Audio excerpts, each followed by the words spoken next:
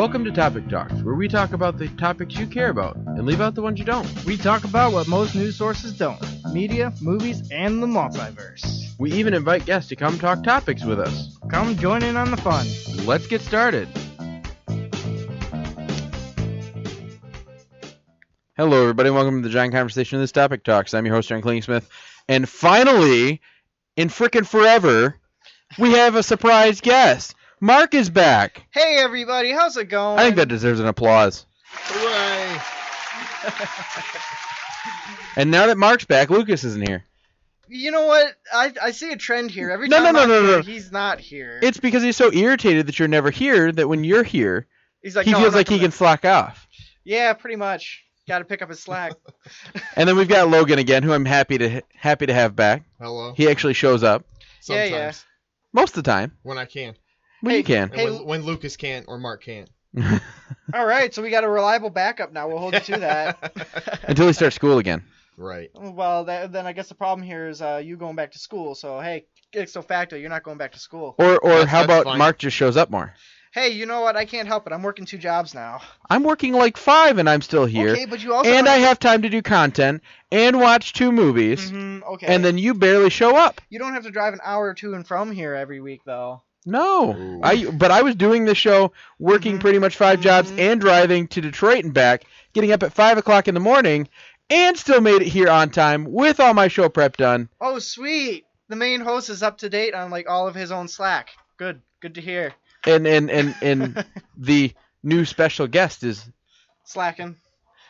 well, I mean, what's new? So wait, Anyway. who classifies as a new special guest? Because this is Logan's second week here, and this is my first time back in like 2 Logan weeks. is a veteran because he's been here for a long time. He just took a hiatus. A hiatus. So I'm not allowed to take hiatuses? No, you jumped up to. It's not even a hiatus. You were like, Off the hey, grid. I'm not gonna be able to make it for a little while. He was like, at least like, yeah, I think I'm done with the show for a little bit. I'm like, oh, okay, cool. You're like, I made you co-host, and then you started slacking off. Oh, please. So I'm gonna knock you back down to a guest and see if you get back that All right, stride that you had. fine. Sounds good. I can be a guest. That's fine. Okay, We need All to right. have like contracts or something like that. we should. I'm gonna write up a contract. I'm I don't- telling you right now. Listen, I don't sign anything unless I'm getting paid for it. Yeah, I hear you there too. I'm pretty sure you signed stuff for your internship, and you're not getting paid for that. I'm actually sitting down to get onto the payroll next week. Really? Believe it or not, yes. As an intern? No, I'm actually I believe I'm gonna be a paid employee unless everybody else is a paid intern as well, which I doubt. Either way, paid employee, paid intern, either way, it's paid. Right. You know what's funny? What my I don't know. I was gonna try and crack a joke about myself, but I honestly got nothing. See, he's so far behind, his jokes aren't even that good. I mean, there's No, you know what's really funny? There's somebody else that was interning at the same place that you used to intern. Oh, TV Warren. And I'm pretty sure she's an employee now. If not, she does a lot for TV Warren. Yeah, but you see, there was a moment there, just a brief moment where I was doing a lot for them and getting nothing for it. I actually started seeing results with my other internship. See, but you could have saw results with TV Warren. I mean, she's freaking on the air, actually on the air, dressed up every week. Oh no, I could have been doing that too. I just wouldn't have been making money for it. You see, I prefer my hand behind the screen and on a keyboard, doing editing, not browsing for stuff. You don't browse for stuff? No, actually, I browse for stuff here and there if I need certain information. It was Anyway. supposed to be a dirty joke, but never mind. Again, your jokes aren't even up to par. No, I've been pretty like strung out. It's been crazy hours working a lot lately. Again, I work about 5 jobs, so I know what you're talking about and more. Yeah, but after all your 5 jobs, you're probably investing about the same amount of time into your 5 jobs than I am into my 2. No, I'm investing about the same amount of time as you and your 2 jobs times like 2 more, Okay, 3 if more. you say so. Yeah. All right, how many hours would you say you work a week? Actually, never mind. I don't want to have this conversation over the air. Anyway, so since you've been absent from our show, what is new with you? Well, pretty much a lot is new. I've been working just hella exhausting hours with the editing company. And then I've also been doing my internship, which is about to finally bear some fruit. I'm going to be hopefully sitting down and getting actually into it next week, hopefully, with any luck. You don't want to get in with it with anybody if you're trying to get a job. If you get into it, they might fire you. Right. No. Anyways, speaking of all that, yeah, I'm single again. that went south there, so I'm just kind of enjoying my See, life. I wonder if again. there's a trend. Because No, you always actually- find a problem with all the women that you date. There I are mean, problems with a lot of women, though. Right. You just got to deal with some of the problems. listen, and- women having problems is not a can of worms that I like to open right now. I think the problem is you open your can of worms too often. Maybe, I don't know. This is actually the longest I've been single for a while now. So to be honest, and You I'm were actually just single, like, when did you break no, up? no. It's like probably right after I got off from the last time I was on here. Like I probably broke up a couple days later. So it's actually been like like 2 or 3 weeks now, and quite honestly, I'm liking it. I'm actually happy I'm single. Like I don't feel any need to like, I don't know.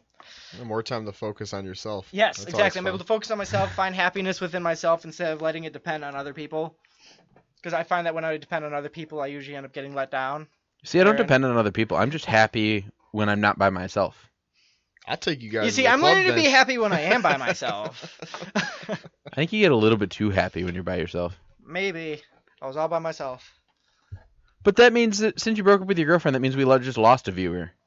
You know what? We cherish our viewers. We can't afford to lose anymore. I think we have enough viewers. I think we can afford the loss. Besides, she stopped tuning in after like the first month of us dating.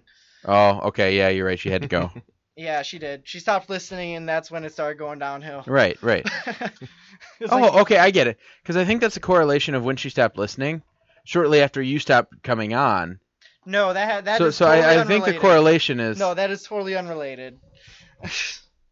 Nah, whatever. I was probably still on for at least another like 2 or 3 shows before she stopped. Before we actually broke up between her and not Liz. You know what?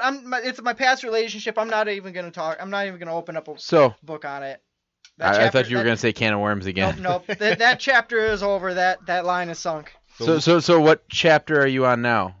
Well, if I were putting a chapter on each week of my life, I would probably chapter this week Independence, because it was Independence Day, and I'm focusing on myself and being independent. Which means getting with a lot of women. No, No? that is not the case at all. Okay. No, I'm not that kind of person. Okay, then you're just talking to a lot of women. No, I'm talking to not a lot of people, period. I'm actually... Didn't you say 6? 6... Before we went on the air, you said you were talking No. to 6 girls. No. Is that or is he not? He's got to keep his doors open. I like to joke around. You know come on, can you take anything I say seriously, pretty much? Sometimes, but you're like, I'm talking with 6 women. I'm like, okay, now you want time for yourself. No, I'm not talking to a lot of people. I'm enjoying time with myself. Actually, if anything, I've been hanging out with my brother more. No. You have not met my brother, Daniel. No. I almost brought him on the show once, but he ended up doing something else. There's a lot of people you almost brought on the show once. Yeah, that's true. Then they flake last minute. Hey, you know what? You've had plenty of guest flake. That's beside the point. I mean, I'm the host. I have a list of guests every week, and some of them flake. Okay. Anyways, so apart from that, basically I've been working hard on work, and I'm single, and apart from that, that's pretty much my life right now. So, if I heard this right, all of our viewers may have a chance with Mark. Well, I wouldn't really look at it like that. I'm not looking. But you're available. Which means at some point, I guess you could. you will be looking. I mean, I'm not really planning on looking for a while. I'm taking my time. You better save your money up, man, because that's the best time to do it. You're thinking by yourself. No, that's when you buy everything that you want. So then when you get a new girlfriend. I already have it. She can't complain about me buying new stuff if I already have it. Right. Well, that's what I'm done. That's what I'm doing. I get my paycheck. My girlfriend goes on a trip to New York. Go see. I'm getting what I want. She's not saying anything. As long as your bills are paid, it doesn't matter. Listen, I'm paying my bills and I'm going through my quarter life crisis. I think I'm allowed to buy myself a nice new car. Quarter life crisis. I need to use that one more frequently. Quarter life crisis. You've never heard that before? No. Oh, dude, it's great. I love it. I've always wondered what my feelings About to were. go get myself a I about to have get a myself name a for it. boat, jet ski, a Challenger, all that. No, not a boat, but maybe a jet ski. That'd be fun. Are you even making enough money? I probably could if I really, really wanted to, but I don't think I'm quite stable enough to just willy-nilly buy myself a jet ski. Not yet, at least. Mr. Moneybags over there. That's what credit's for. Actually, you know what? Speaking of being a moneybags, since apparently I'm a moneybags every time I go to the movies, I saw Spider-Man this weekend. Awesome. It was really good. Yeah, Mr. Moneybags. That's not even really a movie I wanted to see. Every time I go to see a movie, he's like, oh, look who has time and money to go see a movie. Yeah, See- but you don't have time to go on the show. I guess not. You time to see a movie. I had Saturday off, okay? And today I have Monday completely off. Well, actually not completely off. I have my internship. It's been busy. This new job is taking a lot out of me. But anyways, either way, yes, I saw Spider-Man. And I thought it was really good. I recommend it. But It was probably crappy. But you're not even really into Marvel movies anyways. You've missed like the last like 3, haven't you? Because I have a house and 3 dogs But you can go see Trolls. and a girlfriend. But you can go see Trolls in theaters. That was a long time ago. You were And- in this house. That was my girlfriend paid me to go and see that one. Wait, your girlfriend. Don't lie, you paid- wanted to see it. I did want to see it. That's beside the point. I'm saying she paid for me to go and see it. All the ones that she doesn't want to see, I don't get to go and see because most of my money goes towards bills and or this fancy studio, Fair enough. like my new keyboard. Oh, you got a new keyboard. I got a new keyboard. I know you have the new switchboard too. Huh? Or the new soundboard too. That? That's either a new one or a different one. I remember No. you talking about it like last time I came on. No, No? it's Okay. the same one. Oh, okay. Had that for a while. All right. So Logan, how you been? I'm- It's been a minute since I've seen you. Yeah, no, I'm doing well. I said I've gotten a different job since I saw you last time. I'm working. It's not typically an internship, but it's technically something getting into the field of selling insurance. Nice. So, yeah, so I'm waiting to get my licensing. I'm hoping to get that done by September, and we'll see how it goes. So Then he'll start hopefully- going door to door.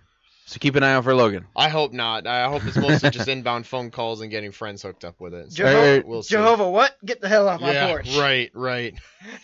There's a sign that we have at work that I really like, and it says no soliciting.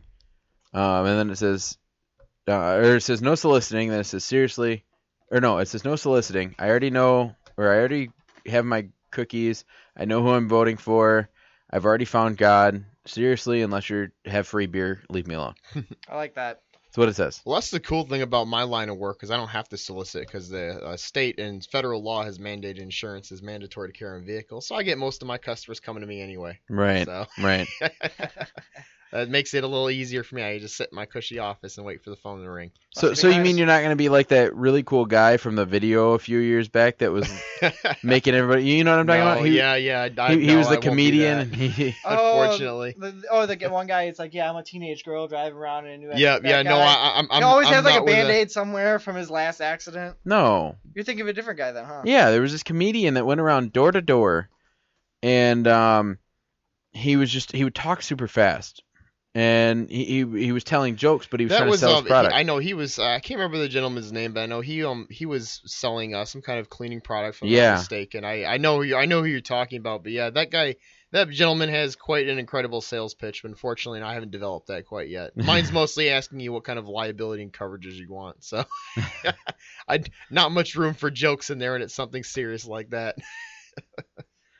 Well, then you gotta get your practice on. You gotta find room to put jokes in. Oh, I know, right? It's- I found I'd my. imagine insurance work is actually pretty dreadful. I'd imagine. Sometimes I know. I mean, I've been fortunate at our office. We haven't had too many serious claims, which is nice. You know, mostly just people calling in for tows and stuff like that. But I mean, you know, when you do get the complete total loss, you know, whether a house burns down or a vehicle, you know, is destroyed in a car accident or something, it can get quite crazy. And that's I know I've learned a lot just being in it, you know, just with the fact of, you know, carrying like liability insurance and stuff like that on vehicles. Right. I didn't know, you know, that you can be sued for certain things and stuff if you don't have coverage on it. So Right. definitely interesting to know. And you still have PLPD. No, I actually have full coverage on my vehicle. Do you? I thought you had PLPD. I can't with my new insurance carrier. I couldn't insure my car for full coverage. Nice. So it's been wrecked too many times. So I just looked it up. His name's Kenny Brooks. If you find him on YouTube, you can. Apparently, there's 50 videos of this kid. I Yeah, thought there's so only the one. I know that He's there's one of the top salesmen. I do know that because we were looking at some posts or some comments on the video, and April went down and it said we found him. He's actually from Detroit. Mhm. So he's from Detroit. He lives in I think California, and he travels all around. He still works for this company selling this product. He is the top salesperson, and he trains all the new guys. Yeah, I know I've seen a lot of videos on YouTube of that kind of same spiel from him, and I know I'm sure he had a hand in training people because, you know, it's the same thing. It's interesting when you get a door-to-door salesman, you know, whether you're selling a Kirby vacuum cleaner or he's just trying to sell you, you know, Girl Scout cookies or Boy Scout cookies or something like that. Right. You know, you're like, oh, you know, it's the same old dry pitch, and you're like, yeah, no, thank you, whatever. You know, you've already made a decision before you answer the door. But when someone like that comes, starts cracking jokes, kind of gets you more involved and interactive in the sale, that makes it more Right. intriguing. And at least if anything, you get a good laugh and you listen to it. So. Well, And I've got a clip right here, but before I play it, so this guy's name's Kenny Brooks. He's from Detroit, and he wants to be a comedian. So that's kind of how he got started. Here's a clip of him real quick. I'm gonna be quick like Nestle and beat it like Michael Jackson. That's why your neighbor said I remind him of Nicolas Cage because I'm gone in 60 seconds. But watch this right here, Dad. Look, who does this the most on the window? The kids, the dogs, that are ugly black guys that eat fried chicken. Now you see these water spots? Look, they get whiter than my elbows without lotion. Watch this, Dad, and I'm out here. Because Stevie Wonder said seeing is believing. And I got a disease called enthusiasm, so I'm gonna cut straight to the mustard. Watch this though. Don't laugh too hard because the neighbor's gonna see this black kid scrubbing your window, okay? But look, wax on, wax off like Mr. Miyagi. Remember the Karate Kid? Now watch this at air dry. Look, it puts a coating on your window. No water spots, no fingerprints, no streaks. That's why we can't sell it to criminals. Don't tell OJ or Tiger Woods, okay? They're loving this stuff. Now, Dad, y'all, you and Mom, y'all would agree. Oh my God, you see this right here? Who did that one? Who did that? Okay, watch this. Now, my mom said if it's darker than me and it don't pay the bills, it shouldn't be there, right? Now look, this right here, we just upgraded like Beyonce. This is our new surfactant. Hold this and watch this, because this should be the main reason why you get the HBO special. You know what HBO mean? No. You get to help a brother out. Yeah, I've been on the road like toilet paper. Half of your neighbors in the community, they said they just go get it because I'm funny, because this stuff sells itself. Look, you just go back and forth like an argument. Now, I ain't deep, but look how I split that like Moses did the Red Sea.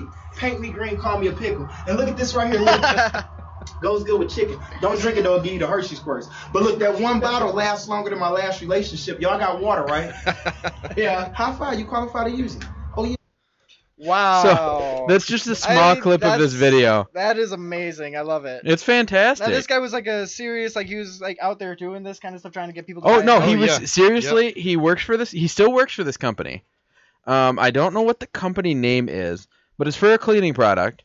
And it actually shows in the video, like he's actually showing that it works. Like when he's like, "Do you see that?" And he says, you know, if it's blacker than me and it doesn't pay the bills, it shouldn't be there. Mm-hmm. It was a little like rust spot, or a giant rust spot on their porch. And he literally took a scrub brush, and that's what you heard was the scrubbing. Yep. And he scrubbed it, and that's when he said it parted it like Moses did the Red Sea, and it literally took it off. Wow. Of the concrete. So it's a really cool. From this video, it looks like a really cool cleaning, like bottle, and he just had a spray bottle, and later he gets into the video about talking about how it comes with a free spray bottle. Mm-hmm. Because he's selling concentrate, so you have to mix it in a spray bottle. So they give you a free spray bottle with it. But this dude goes on. I mean, it's a 7-minute video. Right. It's 7 minutes and 13 seconds. It was straight up comedy, like just of him selling this product, and it made me want to buy it. Yeah, no, that's great. Like my first question. Paint me green and call me a pickle. Cut straight to the mustard. Well, and I asked April. I said, "Is there a way to get a hold of this guy? Like, if he comes into my door, I will buy this product. Like, I want him to give me the whole pitch, but I will buy the product. Right. Like." I just want this dude to knock on my door and make me laugh. Yeah, no, it was pretty great. Just listen to that, not even being able to see the video. That was it was pretty hilarious. Well, the cool part about it was at the end of the video, the guy who's because there's a couple that he's doing this for, and the guy says, "Hey, I have this little band we played. You know, would you want to open for us?" Right. And he's like, "Man, you're awesome." You know. And so I heard that he actually opened for the dude, did some comedy, and made people laugh, which was kind of cool. But yeah, talking about him, I'm like, I'll play a clip. That'll be kind of cool. But that's on YouTube. You go on his, I actually think he might have his own channel. I'm not sure. But yeah, just type in Kenny Brooks, salesman comedian original. It'll pop right up. And like I said, there's a video, and it looks like there's 50 plus videos. And it says, Kenny Brooks returns best door-to-door salesman ever. Really? Yeah. So I mean, this makes me laugh almost as hard as Whose Line Is It Anyway? Almost. Really? Not quite. Almost. But no, he seems like a great guy. He's really nice. The thing that really gets to me is that he's from Detroit. Right. And he wants to be a comedian, so he doesn't live there anymore or live here anymore. But he does come and visit and things like that. It's like Mike Posner. Now that he's trying to get out there, so he moved somewhere else. Anyway, so we got a little bit off track. That's us, the topic talks. I mean, right. So tangents are what we do. We should name the show Tangent Talks. Tangent Talks. Tangent Talks. Right. Maybe that'll be the spin-off show. There you go. No, the spin-off show is gonna be before Topic Talks. Oh, okay. Okay. No, anyway, so I'm glad to have you guys both here. Now that we're back from that little tangent. And I want to get ahead in the first topic. and talking about a surprise guest. So this man had a surprise guest show up at his wedding, and it's not what you think, okay? What is a 43-year-old man who lives in Wisconsin and had an unexpected visitor at his wedding? It was his dad. His dad had passed away back when he was 20. Oh. And during his dad's life, his dad had filmed a Allstate commercial. And the footage they'd never seen it. The kids had never seen it. It aired before they were born, and they could never get a hold of it. Well, the daughter, so the son's getting married at about 43, and so his sister is like, I want to do something special for him. So she contacted Allstate. They sifted through all this, and I'm talking like old footage. It's not like digitalized, or it wasn't. So it was through the reels. They sifted through the reels, found the video of his dad, and at the rehearsal dinner the night before, she unveiled that she had found this video and played it for him. And I guess it brought him to tears, and I just thought it was a great surprise. It's just kind of a quick, kind of summary of what happened, but it's just, I don't know, I thought it was really cool. So it was like an old clip of that it was the commercial dad, that his dad was in. So it wasn't like saying anything special, like, hey, I made this video for your wedding day in case something happened. No, this is just him doing like a commercial. This was him doing a commercial. And it was basically kind of like a reminiscing kind of thing. Right. Still, that's really sweet. I mean, if I had lost a loved one like that, I would take every chance I ever got to, have some chance to go back and hear their voice or see them again. It's kind of like a feely situation, It's like you get to see somebody who you haven't seen since, possibly decades beforehand. Right. So essentially at his age at 43, and his dad passed when he was 20, that he's gone essentially half his existence without being able to see his father anymore. So that's great getting being able to kind of dig that up. I mean, obviously I'm sure they have family photos and whatnot, but just kind of seeing him there on the screen kind of maybe puts it in more real terms to some people. Right. Well, nice. Whit said, when I was 20, we lost him, and then we had each other, as their mother was not part of their life, so it was only him and his sister. Right. And so him and his sister become very, very, very, very, very close. So that's why when he was getting married, she felt like she had to do something special. Right. So, but I guess they lived together for a long time. They owned their first house together. Wait, him and his sister have a house together? Had a house together. It's kind of like, say you and your brother were to move out. Right. And share the house, or Logan, you and your brother were to move out and share a house. That's pretty much what it would be like. Between the two of them, they bought a house. Still, that's kind of cool. Yeah. Family staying close like that, it's always nice. There was one summer, it was just a summer, but I moved out and went to live with my brother for a summer. And it was cool. It was kind of like being out on my own for a little while. I was helping him pay rent and everything, and clean the house and do grocery shopping and all that. Basically helping him out for the summer, and at the same time experiencing my newfound freedom. And it was nice. It was it was definitely got to it was a different way to live for a little while, and getting to do that with my brother was a cool experience. Did you like it? I liked it. I'll tell you the reason I ended up moving back in at home was I missed the Wi-Fi. My brother had horrible Wi-Fi, and then I went to mom's for like a weekend just to stay there, and I was like, wow, the Wi-Fi here is way better, and I just stayed. But now the Wi-Fi is crap, and I'm looking to move again. Chasing that Wi-Fi signal. So at the bottom of the link, all the links for today's show are in the description below, and it's under it'll say at the bottom of everything, it'll say these are all the links for today's show. They should go in pretty much the same order. I try to put them in the right order. Right. But at the bottom of this article, they have the commercial. It's from 1971. It's actually a customer testimonial ad. Really? Yeah, so I guess their dad gave a testimonial to Allstate. They filmed it, took it back, mixed it down into a commercial, and played it on the air. But like I said, it never popped up anywhere else. Right. They could never find it, so I'm assuming once they found it, they digitalized it, and now it's been shared. But it's funny because the video of the kids watching it and the video of the dad both have the hands. They have the hands at the bottom corner. Oh, yeah? The Allstate hands. Mm-hmm. Has the logo changed at all since like that back then? Because that was 1971, right? Yeah. So, no, it's. The logo's always the logo's. Well, I don't know. stayed In the since bottom of both videos, they have the now hands, but I'm pretty sure Oh. it hasn't changed. Okay. I didn't actually watch the video. Oh. I could without sound for a second. Anyways, yeah, no, still that's really sweet getting a chance to see. This to is kinda so see your old. dad. There was this one video I saw. It was his kid's birthday, right? I think he was turning 18, and his dad died when he was like 6 or something. But the kid was into music, playing guitar and all that. And but the dad passed away. But before the dad passed away, he put money down on this guitar. He paid for this guitar in full. And it was a beautiful guitar and everything, but he told them to hold on to it until his son's 18th birthday. And he had like a heartfelt note in it because I think the dad knew that he didn't have much time left, so he was Right. doing this for his son. And they gave it to him on his 18th birthday, and just seeing the son's reaction was bittersweet. Definitely. I mean, he saw the guitar and he saw the note and he saw who it was from, and I mean, he broke down right there. Was it? Didn't we do? Was No. that?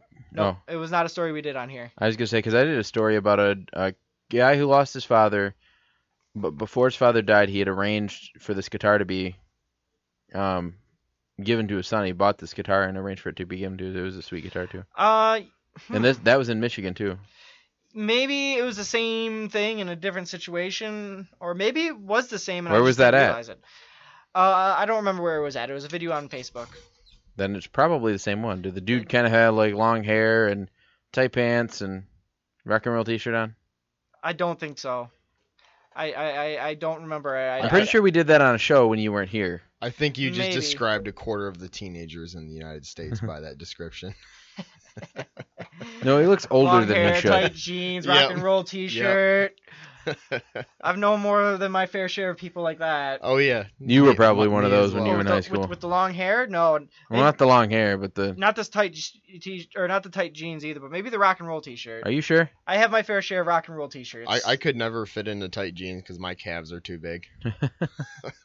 I can't fit into skinny jeans just because certain. No, I'm just kidding. You're not even gonna go there. Not even gonna go there. No, I just don't like skinny jeans. But no, rock and roll T-shirts. I'll rock those out all day. Oh yeah. I'll rock yeah. out a rock and roll T-shirt any day of the week. There you go. Except today I'm rocking out my Stormtrooper T-shirt. I have everything from the band Flyleaf to Marilyn Manson t-shirts. So Let's see. I got Green Day. I got Blink-182. Oh man, I have some My Chemical Romance shirts somewhere. okay. I have so many rock and roll shirts though. Well, they talk about like More nerd shirts though. I have a lot more nerd shirts. nerd shirts. I'm a big time nerd shirt person. Like this, I got this. You're just a big time nerd. I am though. I mean, I got like the Iron Man shirt. I got a How to Train Your Dragon shirt. I got a Pokemon shirt. I got some Naruto shirts. I got a Full Metal Alchemist shirt. Man, I got so many shirts there, nerd shirts. I got a Legend of Zelda shirt. It's got the Triforce on it. Yeah. Um, Now I'm considered an adult. I just think a shirt's a shirt. So I don't judge you because you wear a Stormtrooper shirt or you wear a you have a Star Wars wear- shirt. You're just not wear a wearing it right graphic now. shirt. Yeah, I a know. shirt that says Savage is F. Except it's not F. It's actually the word. But no, I'd say it's interesting in terms of the story with the guitar and everything. They always talk about people want to wish to leave a legacy behind and everything, and some people just will leave fortunes for people or just put some money aside or a house or something like that. But that's almost not to say that it's impersonal, because I know my situation, my family left me, the house that I grew up in, that would be Right. huge to me, because just knowing how much sweat, blood, and tears went into making it the way it is now. But just kind of doing something like that, like leaving, getting an excellent guitar, for your child to one day get, especially with the note and everything. That's more, I think, more of a personal touch, which is awesome. So it's maybe he's not, he wasn't wealthy, obviously, and didn't leave millions of dollars, or a legacy in business or something like that behind, but he still at least left that for the love of his life, his child. So Yeah, I think that's that's impressive. Speaking of guitars, I was actually just up at Guitar Center the other day, over off Northwestern Highway. What were you there for? Well, you see, the thing is, I have these gift cards that I got over the years for Christmas for Guitar Center. I got like $150 worth of gift cards for Guitar Center. And you're just now trying to spend them? I haven't really didn't even spend them that day. Actually, I know what I want to spend them on. It's $150. It's a nice discount. Mhm. It's just still not enough to get what I want to Sure. get. It's because the thing I want to get is I want to get myself like a Fender guitar, either a Telecaster or a Stratocaster. Mhm. However, it's a lot more than $150. Right. And I right. don't really have a lot of the money to spare right now, so I'm sitting there and checking out some of the guitars that I played, one of each, and they're both beautiful guitars, the Telecasters and the Stratocasters. I also like Gibson guitars, except that I'm holding on to one that belongs to my dad right now. It's a 68 SG with a gold finish, Awesome. and awesome. it's beautiful. This thing is an antique. It's and it's a gift from the gods, if you ask me, because there's a story behind this guitar. And basically, when my dad was younger, probably about my age, he was living in a house with my brother, or not my brother, his brother, my uncle. And the house went up in flames, right? And my dad managed to get out okay. My uncle got out okay and everything. But a couple days later, he was going back to the house, back to the wreckage, and sitting in the middle of the living room on the guitar stand, covered in soot, was this guitar. Oh wow. And there was like a broken hole in the ceiling, and there was light shining down, like a God's finger lighting effect, right on this guitar. And just sitting there in the middle of the living room. And so my dad picked up the guitar, he brushed off the layer of soot, and apart from like a minor bit of singeing on the head of the guitar, it was totally intact. Oh wow. And it was this beautiful 68 Gibson SG, and it was entirely gold plated, and this guitar, I'm holding on to it now. It plays like butter. This thing is beautiful. And I absolutely love it. And I told my dad that if he's ever getting rid of that guitar, it's going to me. That's what makes things like that so much cooler, is because they have that story, the added story on it. So maybe not so significant to someone else, but just knowing that's in your family and that and that specific circumstance happened, that just makes it that much cooler. And yeah, it's a beautiful guitar. It's got like a mahogany finish, and like I said, it's gold plated, so it's worth even more. It's like an antique. But so I was at Guitar Center the other day, and I'm like, I like the idea of getting a Gibson, but I already have an Epiphone SG. Right. Which is basically similar, except it's a lower brand. And I'd like to get a Gibson guitar one day, but right now I'm holding on to my dad's. And I'd like to get myself a Fender, because pretty much most of my equipment is Fender. I got a Fender amp for guitar, and I also have a Fender bass amp. And so I'd like to get myself like a Fender Strat or a Fender Tele to go with the Fender Mustang amp. Right. But I also have a bass to go with the bass amp. It's an Ibanez, and let me tell you, both these amps are bigger. Like they have some power behind them. You could probably maybe barely fit both amps on top of this table. And like it has some serious power. Like if I turn the bass amp up to like half power, I can shake dishes off the shelves upstairs. I don't do that. Right. After the first time. Sounds like a sub that Brandon used to have. It was a it was a powered sub. And this thing could literally shake you. Oh yeah, I love a bass. Like a hurricane. I love an amp that's got a lot of power behind it. The Mustang amp. Well, this wasn't an amp. This was a bass. Oh wow. This was literally a bass speaker. It was a giant sub, and like he almost shattered windows with his stereos or with his DJ equipment once. You see, like I said, in like the windows in a gym. Not like the windows and anything else. Wow. That's kind of how my bass amp, too, is. Like I said, I only need to turn it up to maybe half power, and it'll be shaking stuff off the shelves upstairs. I've never had it at full power because I've been too scared. Right. Right. But it's a similar story with the guitar amp, the Fender Mustang 4. It's I think it's like 150 watts, which is a lot for a guitar amp. And it's not a house shaker because it's not a bass amp, but, man, that thing can really – it can make you go deaf if you stood in front of it. But either way, though, I kind of want to get myself a real quality guitar to go with the guitar amp, because an Epiphone SG playing on a Fender amp, I just feel like it doesn't do justice. Right, definitely. But either way, though, so whether or not there's something that has sentimental value like that, like whether it be a guitar or a house in your case, or whether it be like a commercial that the father did 20 years ago. Having stuff with sentimental value like that, that's probably going to be a video they're going to hold on to for the rest of their lives. Oh, definitely. And anytime they'll miss their dad, they can sit down and watch that and cry and feel better and, reminisce and everything. My brother is very similar about our Grandpa Wilson, who passed away back in 96. I was only a baby at the time. But he's so sentimental about him because he was so close. They used to go fishing, and they were into motorcycles and cars together and everything. Like they bonded like father and son. And then my Grandpa Wilson passed away. I was only like 3 at the time.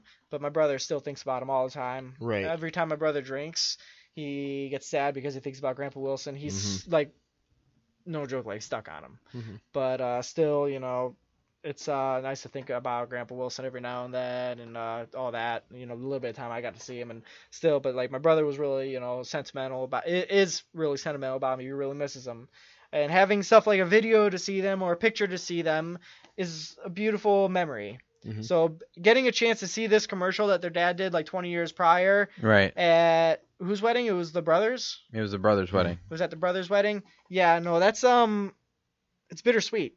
It's something that's like, oh, like, did he even expect it? Nope, he had no clue. So it was a total surprise, man. Total surprise. That is something that I would like to see, but at the same time, I don't know if I would want to see it at my wedding. It's like, hey, I know you're having a great Well, it night. was Right. it was the dinner right before, so it was the Okay. dinner the day Okay. before. Okay, fair enough. That's different then. But still, it's like, yeah, like at a wedding or a wedding rehearsal, it's like, we're supposed to be having a good time here. Mm-hmm. And now I'm crying, and I miss Dad. Well, I mean, But still, the wedding rehearsal is a significantly more appropriate occasion than the actual Sure. wedding, in my Yes, opinion, at yes. least. Well, I mean, as you said, it's bittersweet, yet it's kind of nice to see, maybe a video embodiment of him, of sorts, maybe not exactly how you would say remember it per se, but just. It's a nice way to kind of hang on, because I know, I mean, I'm not much of a pack rat. I don't really like to have a lot of, accumulate a lot of things. I mean, I have, I own things, lie. obviously, but as far as, my mother's the kind of person, I'm love her to death, but she's held on to like every single little stupid art project I've done since I was like in kindergarten. I've held on to And- every little stupid art project I've done. and since kindergarten. like me, I'm more like my dad. He's like, okay, that was nice and cute, when you're 5, but now it looks like a freaking modern art project or something like that. So you're like, that's not exactly, we don't need Yeah. that anymore. That doesn't need to go in the fridge. But just having something that if it's got some kind of memory behind it, or whether it brings you a reminder. I know my girlfriend, her grandmother passed away a few years ago before her and I started dating, and that was pretty rough for her. But they had a tree in her grandfather's yard where they would hang a swing off, and her nanny would push her in the swing, and the tree ended up being cut down because it was a danger to the granddad's house. Now it's since died and everything, so it was kind of hard for her. But I said, just take a piece of the branch or something like that, carve a picture frame or something Make a like walking that. stick. Exactly, just do something with that to kind of maybe remember that, and then trigger another memory for you, which Right. is I had which is a, good for you. So when you guys know that I grew up at my grandma's house pretty much. Mhm. And behind me lived one of my best friends, Ray. My other best friend, Cody, and his 4 other brothers lived next door. Mhm. And we had this tree, and there was a branch that was short enough that we'd always climb it, and we called it our house, Yeah. because we'd be like on different levels. And I'd always be on like the bottom branch, and then like my friends they'd go up on like the second and third ones. Mhm. And we just sit there and talk and hang out and swing on trees and whatever. And then they moved out. The house sat empty for a little bit. These new people moved in, and they had that like the lower branch cut off. Like they had all the branches that we used to hang on cut off. Mhm. And I'm like, no, and I got all mad. So I went over there, and the way they cut it was when they got to the end, they actually cut the stump off the tree. So there's like there's like a piece of the trunk going into the. So I kept that, and it's actually at my grandma's. I'm probably gonna put some like a preservative or something on it. This and- was my branch. yes, this was my branch. Yeah. You see, my mom, I was going to say a little while ago, my mom had the same problem, like holding on to stuff. Mhm. Basically, anytime I ever donate anything to Salvation Army, I have to do it in secret. Because Yeah. my mom, Yeah. if my mom finds a donation bag, she will go through it and be like, why are you getting rid of this? You should be keeping this. This is a nice shirt. See, I do some stuff. Like I will donate stuff, and I can. Hmm. But there's things my grandma's going through this phase where she's like, if you want it, take it now. Mhm. And I mean, she's storing stuff over at her house because she knows I don't have room. And she's going through stuff. So now I get a call every once in a while. She's like, these boxes are about to go to Goodwill. You need to come over and go through them. So I come over and I go through them, and she's like, all this stuff is yours, and I'm donating it. And I went like the other day. I went over there. There was maybe one tub, one box, and a few items in different boxes Like, that not were much to actually go through. mine. Yeah. I had like one small stack of stuff. I'm like, Grandma, the rest of this is stuff that you took from people's garage sales when they shut down, Mhm. or estate sales from friends of yours, or because she had this thing where she's like, oh, well, all this stuff is good, and so she'd take it Mhm. and sits in the garage or sits in the basement. Your and- grandma sounds like my Uncle Jimmy. He Well, no. has a lot of stuff that he doesn't need, and he holds on to it forever. Well, she's got like 3 blenders and out in the garage. And then anytime somebody brings a single thing to come over and sit in a certain spot for a little while, she's like, "Yeah, your thing's here. Come get it, or I'm gonna get rid of it." Well, no, that's not really what it is. It's No, that's how my Uncle Jimmy she's is. Though. cleaning out the garage. Right. And so she's like, "Well, is this yours? Is this yours? Is this yours?" You know, Right. here's a box That's of how my stuff. Uncle Jimmy Well, is. and it's not. Sometimes it's not even mine. She's like, "Here's a box of stuff. Go through it. If you want something, let me know. We'll put it, Aside with your stuff to keep for now." But she's like, "I'm trying to clean it out," which is good because I've been trying to get her to clean out the garage forever. Right, Because that is when I still a good lived thing, there, yeah. she would clean out the garage enough so she could fit her car in the garage for the winter, and then I would be stuck out in the snow. Well, that's how it works. So, like probably on late on Wednesday or Thursday, I'm gonna go over there because I've got all my dad's stuff. Right. So I'm trying to fit all his stuff into my garage because he's got a lot of tools and things like that. So I'm taking all his stuff, and he has these custom-made shelves to fit everything. So I'm like, sweet. So I took those out of his shed, and I'm using those to put in my garage to help organize everything because he had a lot of crap. Like when we started pulling everything out of his shed, his neighbor came over. All that fit in that tiny shed, and we're like, yeah, it was just super organized. Like he had all these shelves. The shelves were literally custom fit to fit this. There's some on the sides and some on the back. Nice. He had a workbench on the back and all that.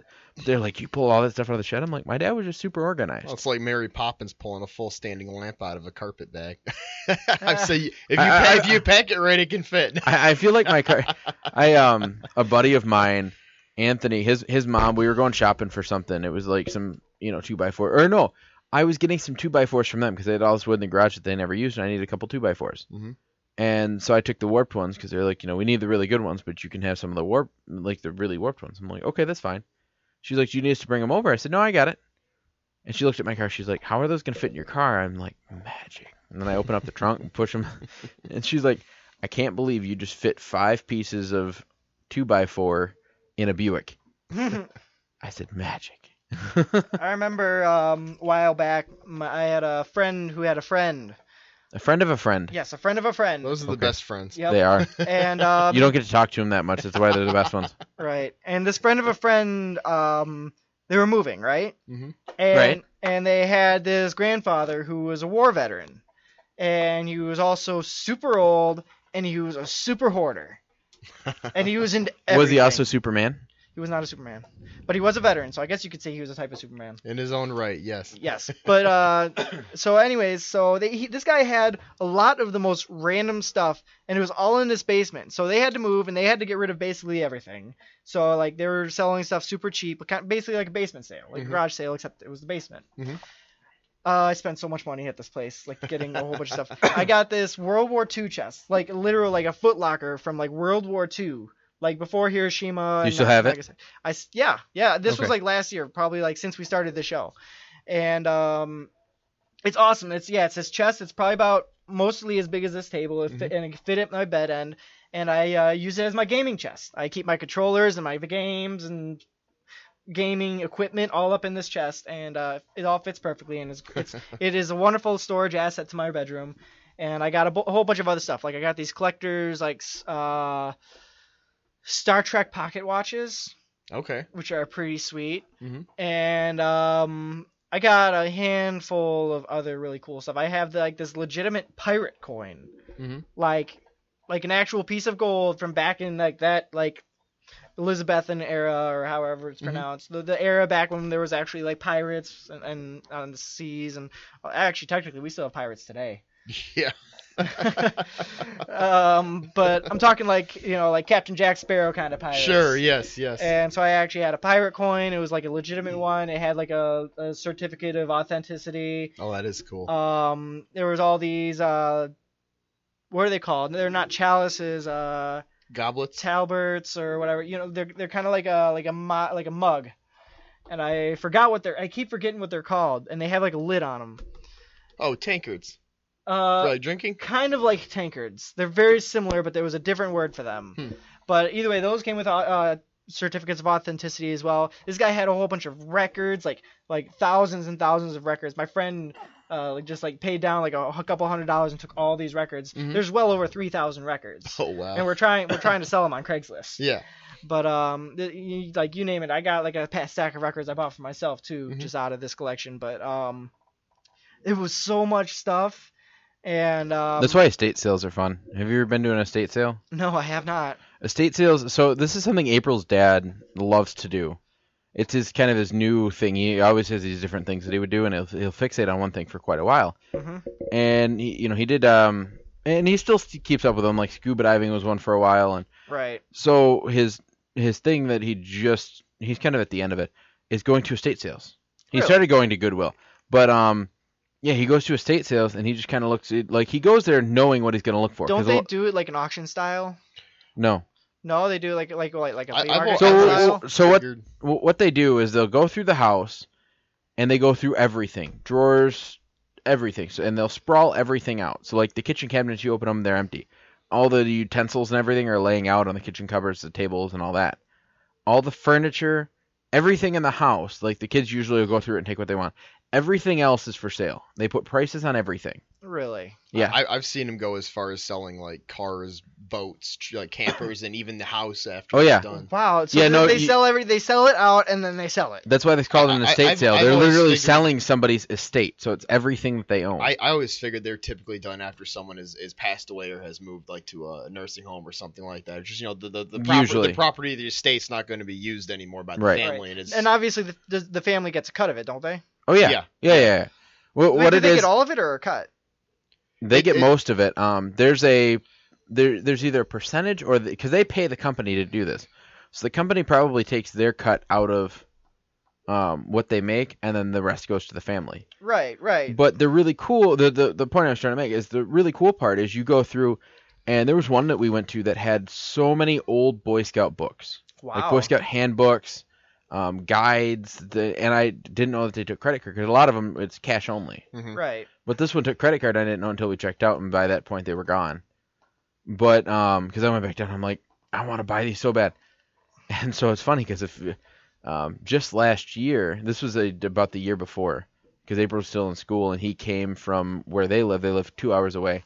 He came here for an estate sale because there was one thing he wanted. Because they'll post stuff online. Mhm. Right. They'll say these are some of the things you can expect to see. So some of the high-priced, kind of the high-ticket items. Yeah. So we had a couple of estate sales, and we hit a garage sale. Like the car and the fridge, stuff like that. Some of the higher value Well, items. no, not always that. I mean, you could find like an old, like the trunk you know. Yeah. If it's something that's worth a lot of money, Fair enough. you know, I mean, because there could be a necklace that's worth, Thousands. Mhm. thousands, they would post that. Or there could be like a vase that's worth a lot. They'll post that. So they'll post kind of some of the big ticket The items. most noteworthy stuff. And I mean, it's almost like a lifestyle. Because and we've done this with her dad before, but he came down the night before. And he got up super, super early. Because most of the time it's you get up and there's a list on the door and you go and put your name on the list or you take a number. So you've got to be there at like 3 o'clock in the morning Oh, jeez. when they give out these numbers, and then that's the number you go in. And so the further, like the closer you are to the front of the line, the more you'll get untouched stuff. So like say you're the first person to go in. Right. Um, You're gonna get the pick of everything. well, you've got to move quick because they let everybody in, and like sometimes they'll only let certain amount of people in. Sometimes they'll just let everyone in, but you have to go in your order. Right. It's like he got up and went and we were still sleeping and got the numbers. He came back and went to bed.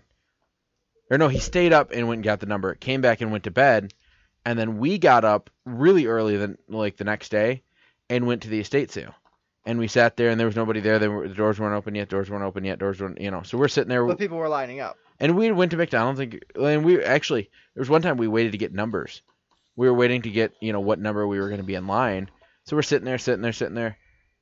And finally the guy comes out. Her dad goes up and grabs a number for each of us. Because there was all three. Everybody needs a number. So we grabbed a number for all three of us. We went back. And at that point we could leave. So we left and went to McDonald's. And I think that's when we went home. We went back home and went to bed. And then we got up and came back. And then at the appropriate time when they designated, we get back and then we went in and they'll call, okay, number 1, they went in, number 2, they went in, number 3, they went in. So you line up according to your number, you go in. So like number 1, if you don't move quick, I mean, if you're slow about it, everybody else will get to everything before you. Right. But if you know about what you're looking for and where it should be, you can head to that spot because it's kind of first come, first serve. If you come and, like if it's a big furniture item, you tell somebody and they'll put a number on it that it's sold, Right. and then you'll go and pay for it. We have a coffee table in the living room. Hmm. It's got a granite top on it. It's very heavy and very nice. We got that from an estate sale for really cheap. I don't even remember what we got it for. What if you lay a claim on something like a couch per se, and somebody else will offer more for it? Then does it go into like a debate kind of thing, or like an auction? No, it's at a set price. So okay, so it's at the set price. It's at a set price. and If dibs somebody is pays dibs. for it, yeah, dibs is dibs. I'm sorry if I was running it and you offered me $100 more and someone else is going to pay. I'd be like, sorry, good deal.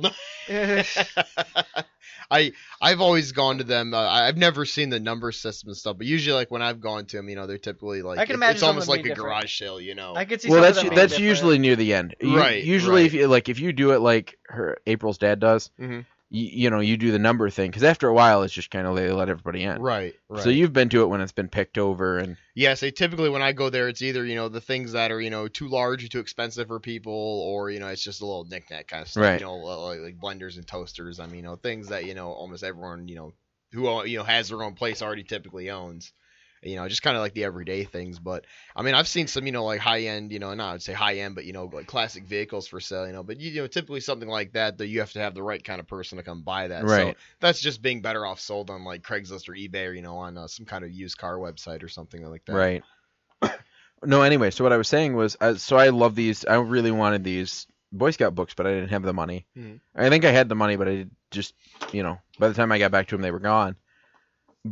Or we didn't go back in. By the time I found out that they did a credit card, it was just kind of, we were done. So last year, April got sent home with a box full of stuff, and it was a box full of Boy Scout, but it's actually that redhead box sitting right there. Really? It was a box full of old Boy Scout books. That's cool. And I had asked April. I went to their song books, regular books. I went through there and just sat and talked, like went through it all, and just kept going through everything. Right. So I got super excited. I'm like, oh my god! Yeah, no, that's actually really cool. A whole bunch of like older like Boy Scout books. That's like a collector's item. I got one over there that is green. It's on the bookshelf. Mhm. It's green and it's got a whole bunch of different survival techniques in it. Wow. And I was trying to find like a digital version of it, so I didn't, I could keep that one here and have one on me. Hmm. And I can't find what it is. I got that same basement sale I was telling you about where I get the chest. Right. Like I said, this guy was a veteran too, Mm-hmm. and he had a whole bunch of war medals. And my friend bought up all the war medals, so he's got like a whole bunch of them. Just tell him not to wear them in public. No, he knows that. Because then you get guys like Logan who would be like, seriously? Really? Yeah, no, he's not. He didn't buy them to wear. He bought them to have them. No, but and I mean, that does bug me when people like buy stuff to wear it. Yeah, like, And hey, it's like- I'm gonna buy this, this past away veteran's Purple Heart, medal, and then wear Well, it. It's not even that. Like, people will go to Army surplus stores and buy patches and pretty much put, a set of fatigues together and wear them around. And then it makes people like Logan, who doesn't really wear his, like, probably wears the boots. Yeah. And that's about it. Like, he doesn't come in He- full like- Army garb. Like, and, military people don't really, wear their fatigues and stuff around all the time. Nope. Well, maybe So you get maybe some of them do.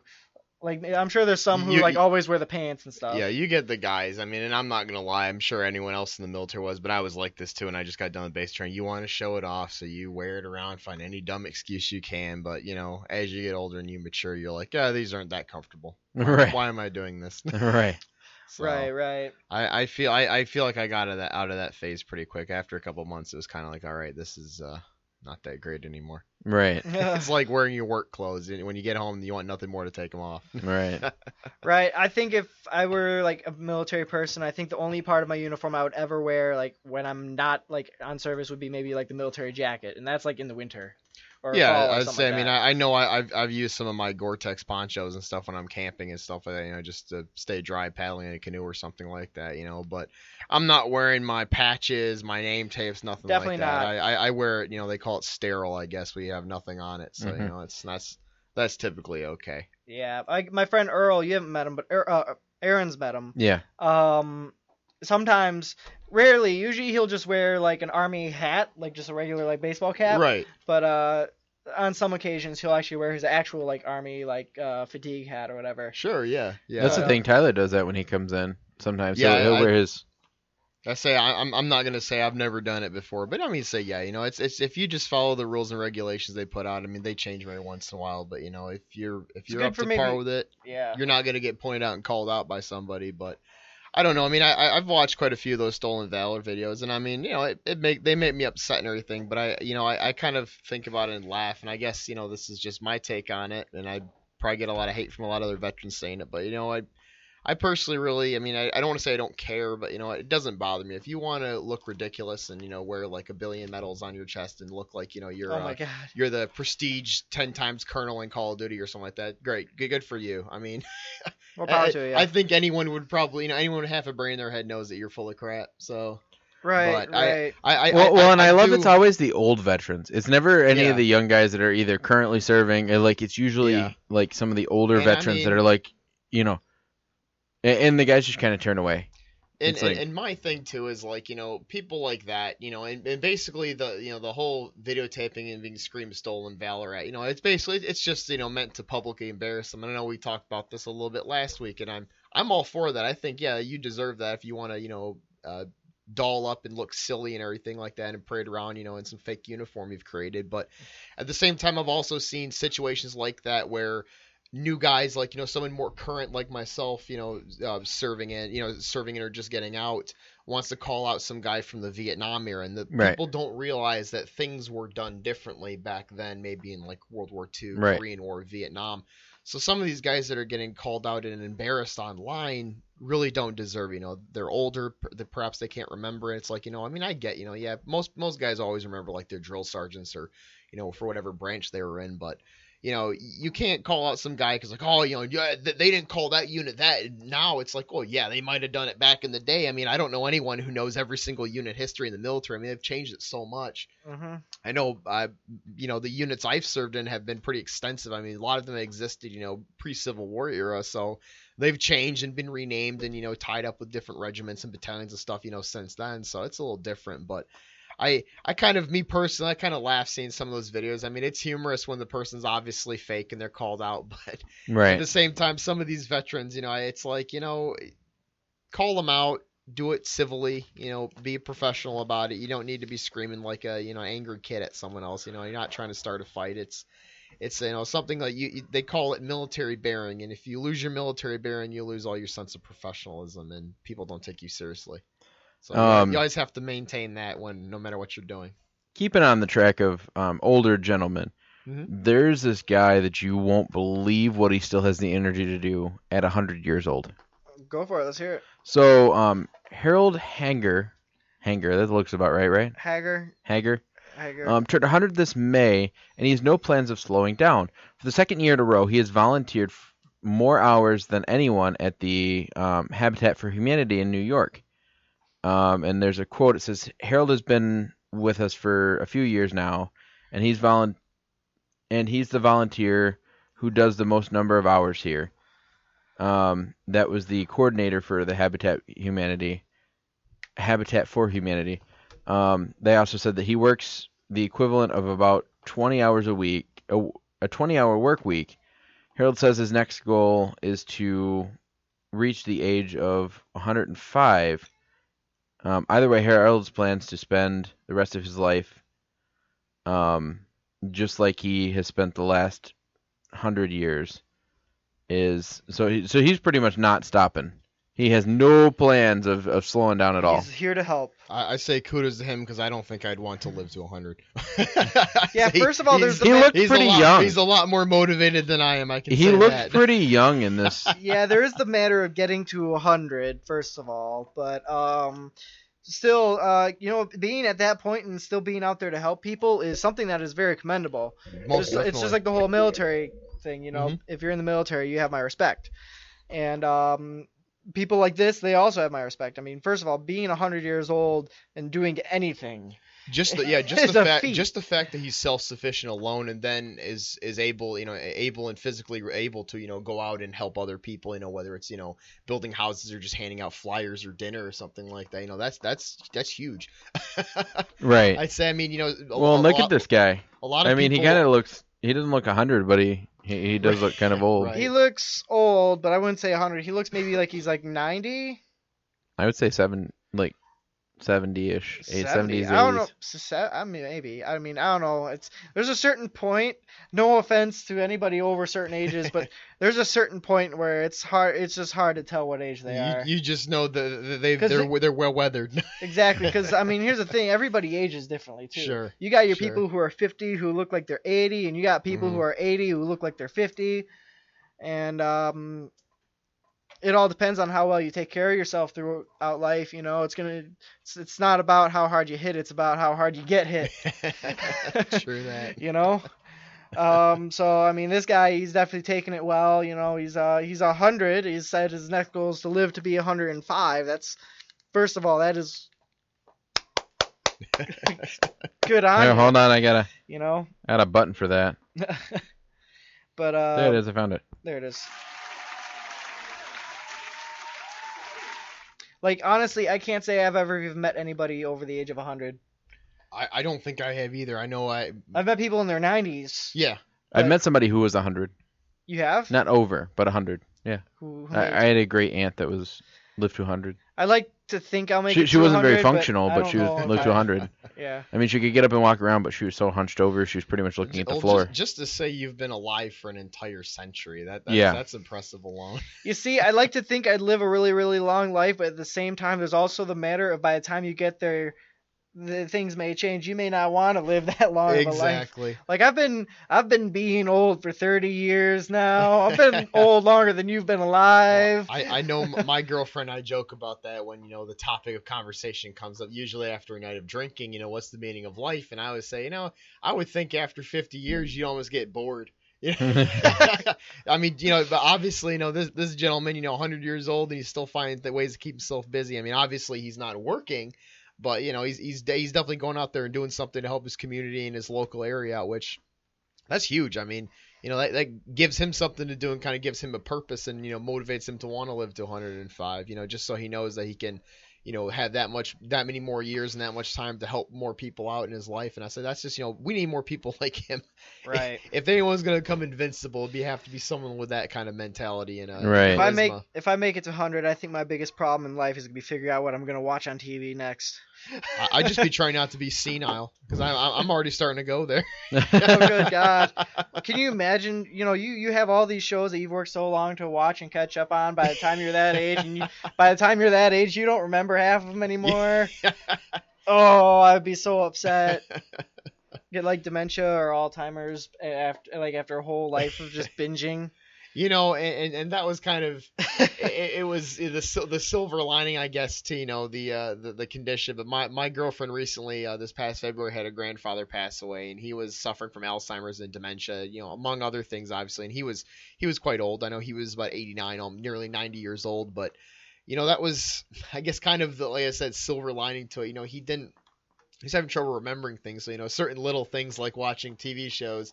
To him, it was like a completely new experience when, it'd been out for, 20 some years or something like that.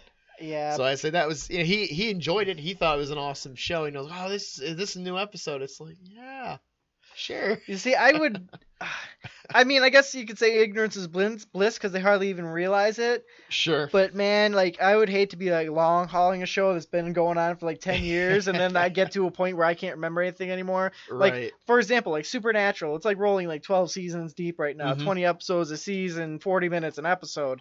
I would hate to be up to like season 9 and then not be able to remember anything after that and just keep watching Right. season 10 over and over and over and over again. Well, I guess on the bright side, you never run out of your favorite show to watch.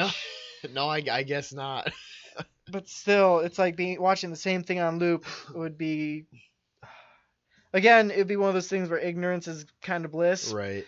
But just if the knowledge that I could be there someday would kind of just be like, yeah, there's a good chance you'll be dealing with this someday, but don't worry, you probably won't realize it by the time you're deep. Oh, and I completely agree with you. I mean, my biggest concern is, in the aging process, if I do live, past, an age where I'm not able to take care of myself, just being the burden on people, whether or not, will I have a family that'll be willing to put up with me, or they just send me to a nursing home? So I'll be Right. who knows? We'll probably have a room next to each other watching the watching the same show and forgetting each other's names. I'll all be time, the grandpa who's trying his hardest to just drive his family crazy.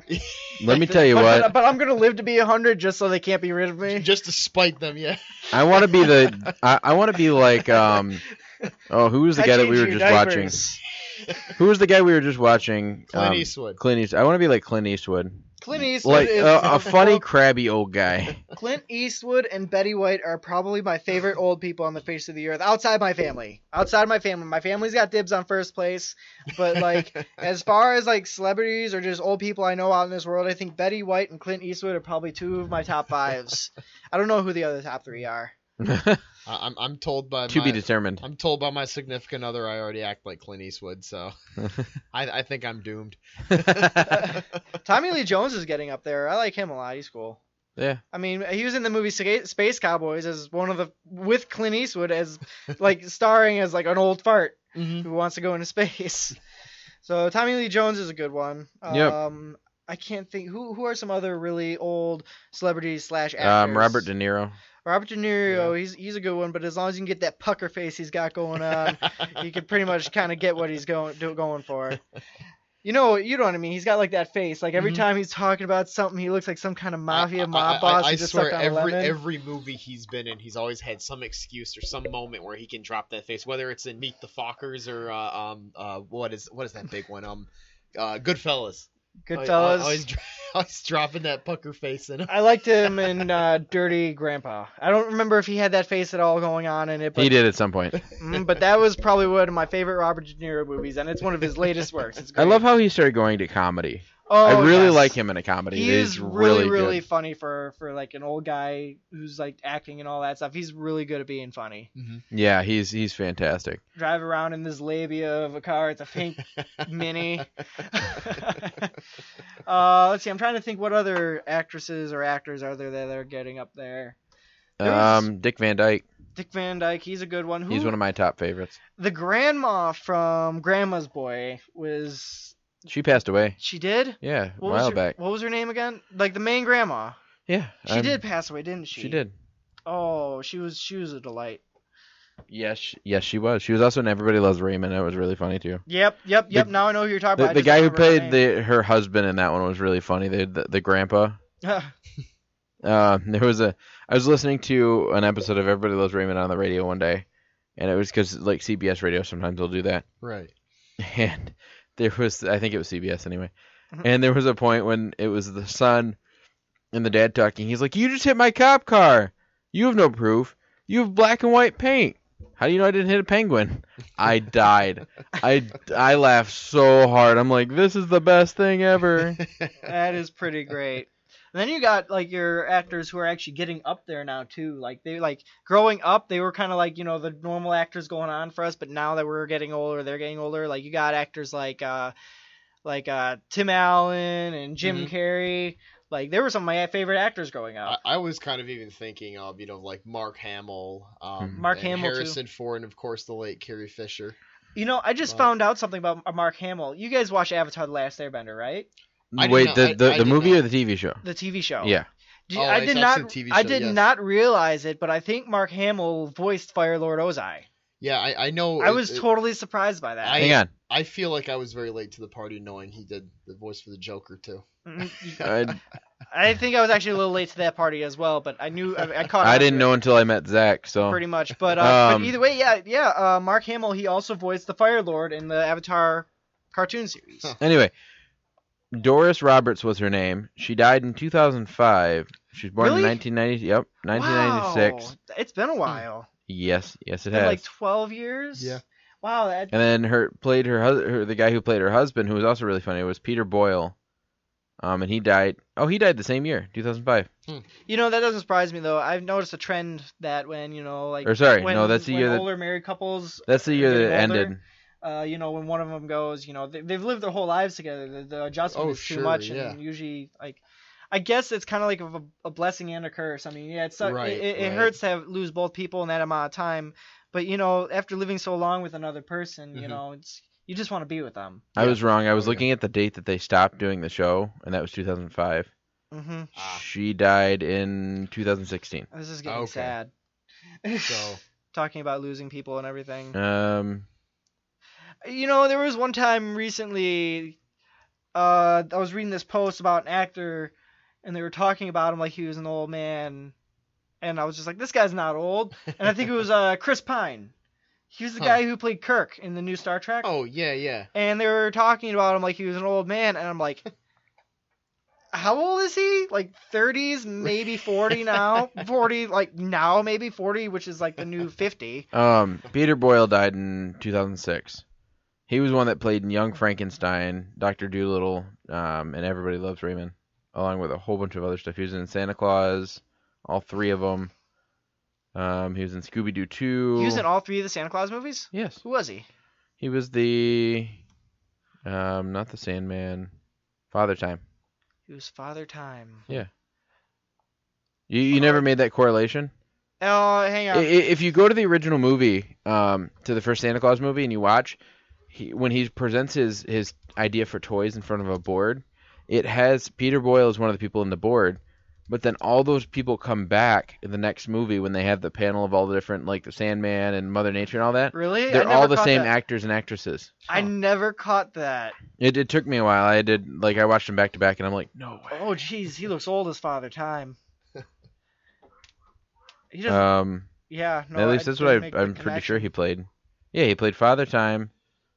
That and actually that's funny. I did he not played catch... in the third. So he played in the third one. It says uncredited because I think he'd passed away, but they still referred to his character, so he got uncredited. No, he's uncredited in 2 as well. That's funny though that they had like his work group become like the right. That's funny. I totally missed that. I did. He played this guy also played in NYPD Blue.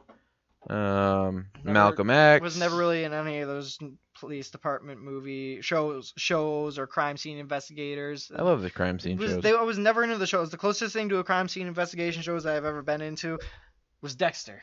That was the closest thing to a crime scene show that I liked. Was that even really a crime scene show? That was a kinda, not really. Well, he was he like a he was a forensics. He was like a a blood analysis forensics person in that show, and he worked for a police department, and you saw a lot of aspects of working in a police department in that show. But at the same time, he was a serial killer who worked at the police department the whole time. No. Really? No, I'm kidding. But to say, you know what Dexter is, right? Plot twist, yeah. Plot twist. I never really knew what that show was about until I actually watched it, to be honest. I always thought it was just like some weird, silly like family comedy sitcom thing, and I started watching. I'm like, oh, okay. Well, then, okay. All right. I hated the way they ended the show, though. I'm not sure if you watched the finale. I have not, but I've had it spoiled for me already. So. It's really the way they ended that show was just. I heard it was rather anticlimactic and kind of disappointing. It's like you're sitting there and you're just like, why though? You know that picture I'm talking about where it shows like the fat baby and it's just like, why though? Yeah. That was me when I finished watching Dexter. I was just like, what? Memes. I love memes. I love memes. There was I saw a meme earlier and it was like calling. You saw a meme earlier? Yeah. Really? Actually, I've seen like today. I was gonna say I've seen like 10 earlier. But anyways, no, it showed this one guy and he's like, "What are you doing looking at memes on your phone? Get back to work." It was one of those kinds of memes, like calling you out for being on your phone while doing whatever you're doing.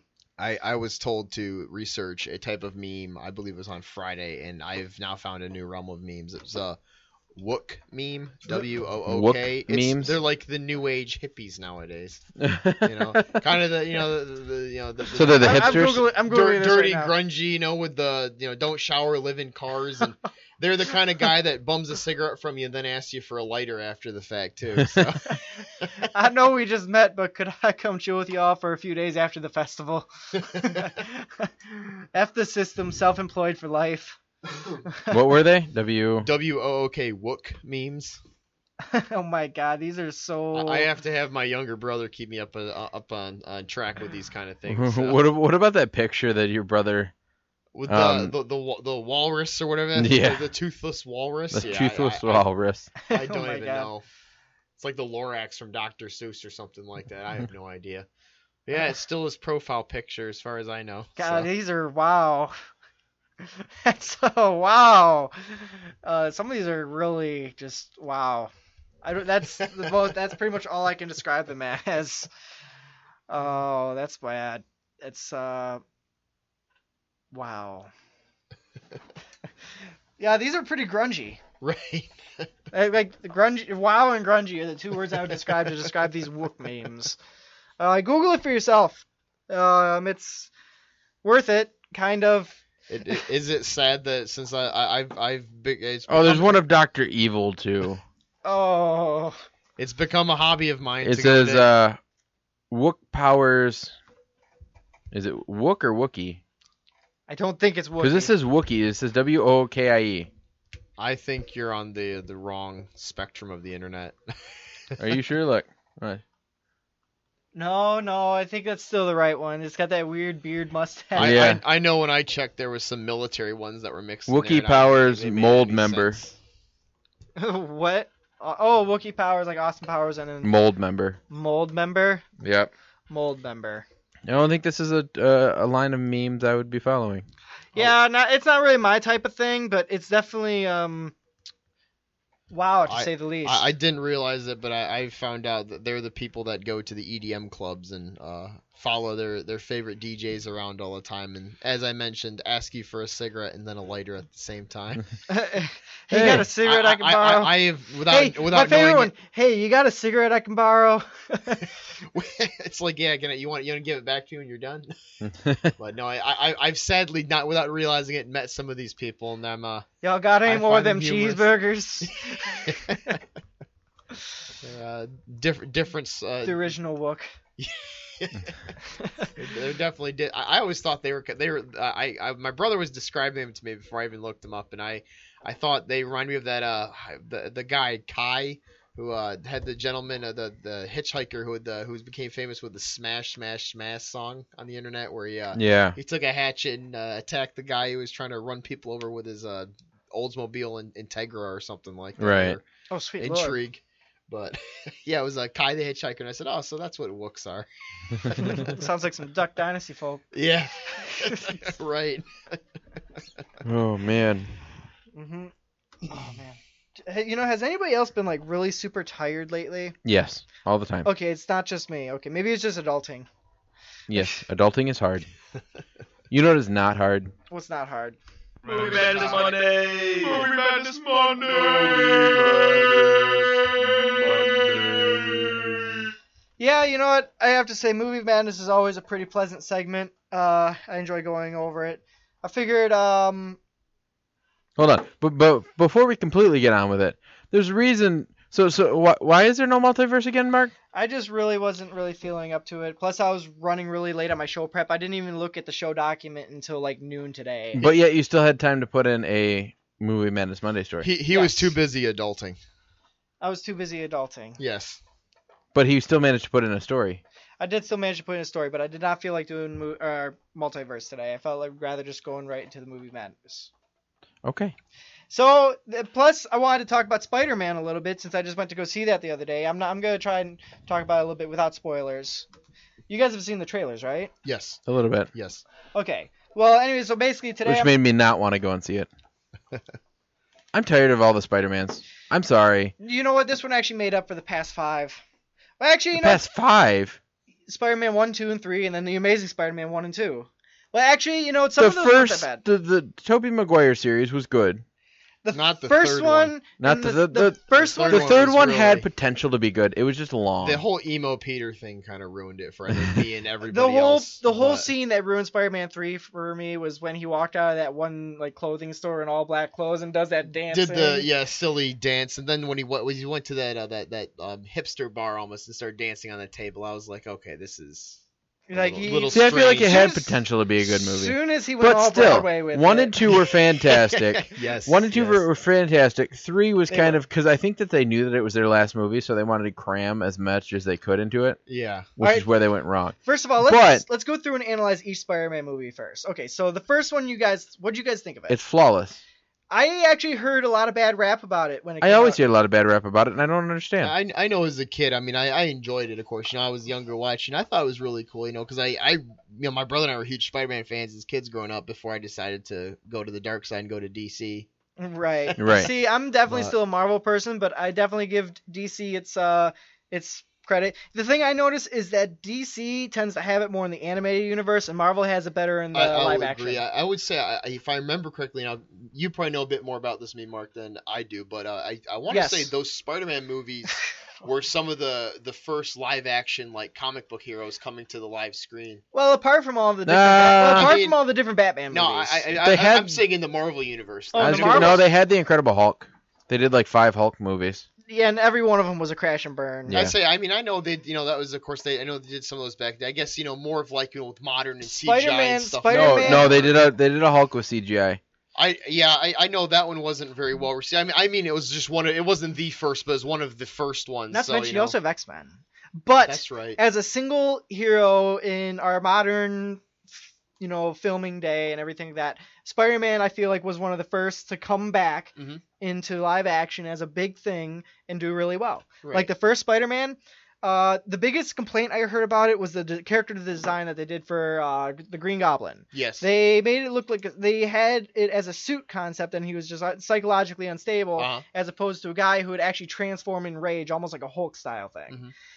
That's the biggest complaint. I personally did not have this complaint because I was not really super into heroes at the time. I'd say I agree. I like didn't- it. I didn't know too much about Green Goblin. Me so either. For me, that was perfect. But reading back in the comics, I was like, oh, that was a different spin. I however, liked it. I Yes, thought it Right. was I interesting. enjoy a different spin from time to time. Mhm. Like, for example, Batman vs Superman, how Batman doesn't kill people, but he's flinging cars everywhere in Batman vs yeah, Superman. I It's had hilarious. a huge meltdown after seeing that movie We'll with get my to- girlfriend. So. Yeah, but anyways, so back to the first Spider-Man movie. It was flawless. I have to say my favorite scene in the first Spider-Man movie was probably the bone saw scene.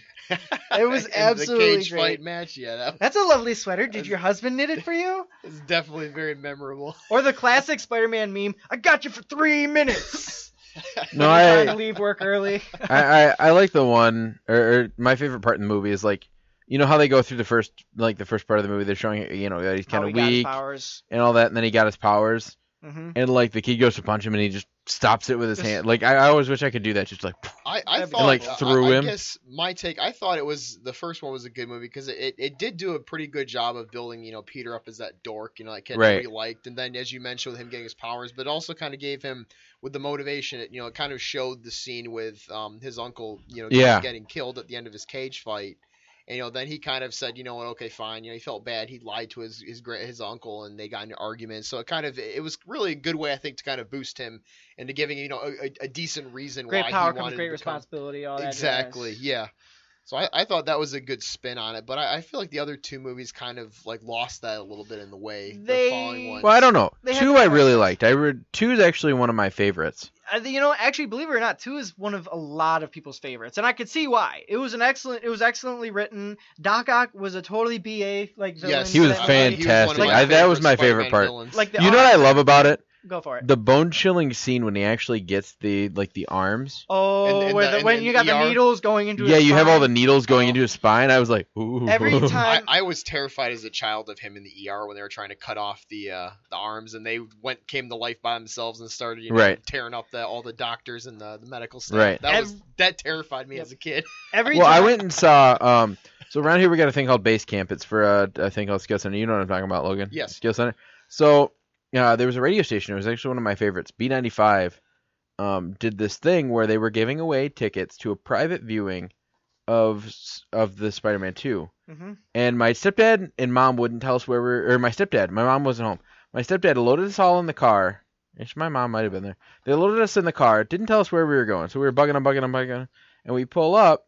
And we're listening to the radio. We're like, oh, we're going to go win tickets. And all you had to do was attempt to climb the wall and you got tickets. Right. And so we attempted to climb the wall. We all got tickets. And then we thought they meant it was at like noon because they said 12. No. It was midnight. Midnight. Oh. So we had all these kids. So then they immediately took us home, put us to bed so we could get up at midnight and go see this movie. And I loved it. From the moment I Nice. saw it the first time. And that's why I like 1 and 2. Everybody's like, oh, the Tobey Maguire ones suck. I'm like, no, you suck. Go away. The first 2 Tobey Maguire's Be gone Spider-Man now. movies were pretty solid. I liked them. They part of what turned me on to superhero movies. Yeah. Spider-Man 3 caught a lot of hate, and I can definitely tell why. Well, like I said, I think it was because the Tobey Maguire movies at that point were, Coming to an end. well, they were coming to an end, but they were still very popular. So I think they were kind of like, okay, let's put an all into this movie. Make it big. Go balls out, do everything we can as a last resort to maybe get a fourth movie. Mm-hmm. And in doing so, they crammed it with too many villains. There was too many storylines going on. Like if you notice the other one, they had one storyline going on the entire movie. Right. The first one is the Green Goblin, the entire movie. Or Second one was Doc Ock, Oh, the yeah. second movie. Yeah. And then the third one, you had like 3 villains. You had the Sandman. You had the Venom. evil Venom. And then you also had Harry, which was the Hobgoblin. Right. Yeah. Green Goblin's son. And then I feel like there was another one too, but there may not have been. Anyway. I don't remember. So you have all those going on. I always thought Mary Jane was considered a villain by the third one because she can't seem to make up her mind whether she wants to be with him or not. Right. Here's the thing. I loved and hated about Spider-Man 3.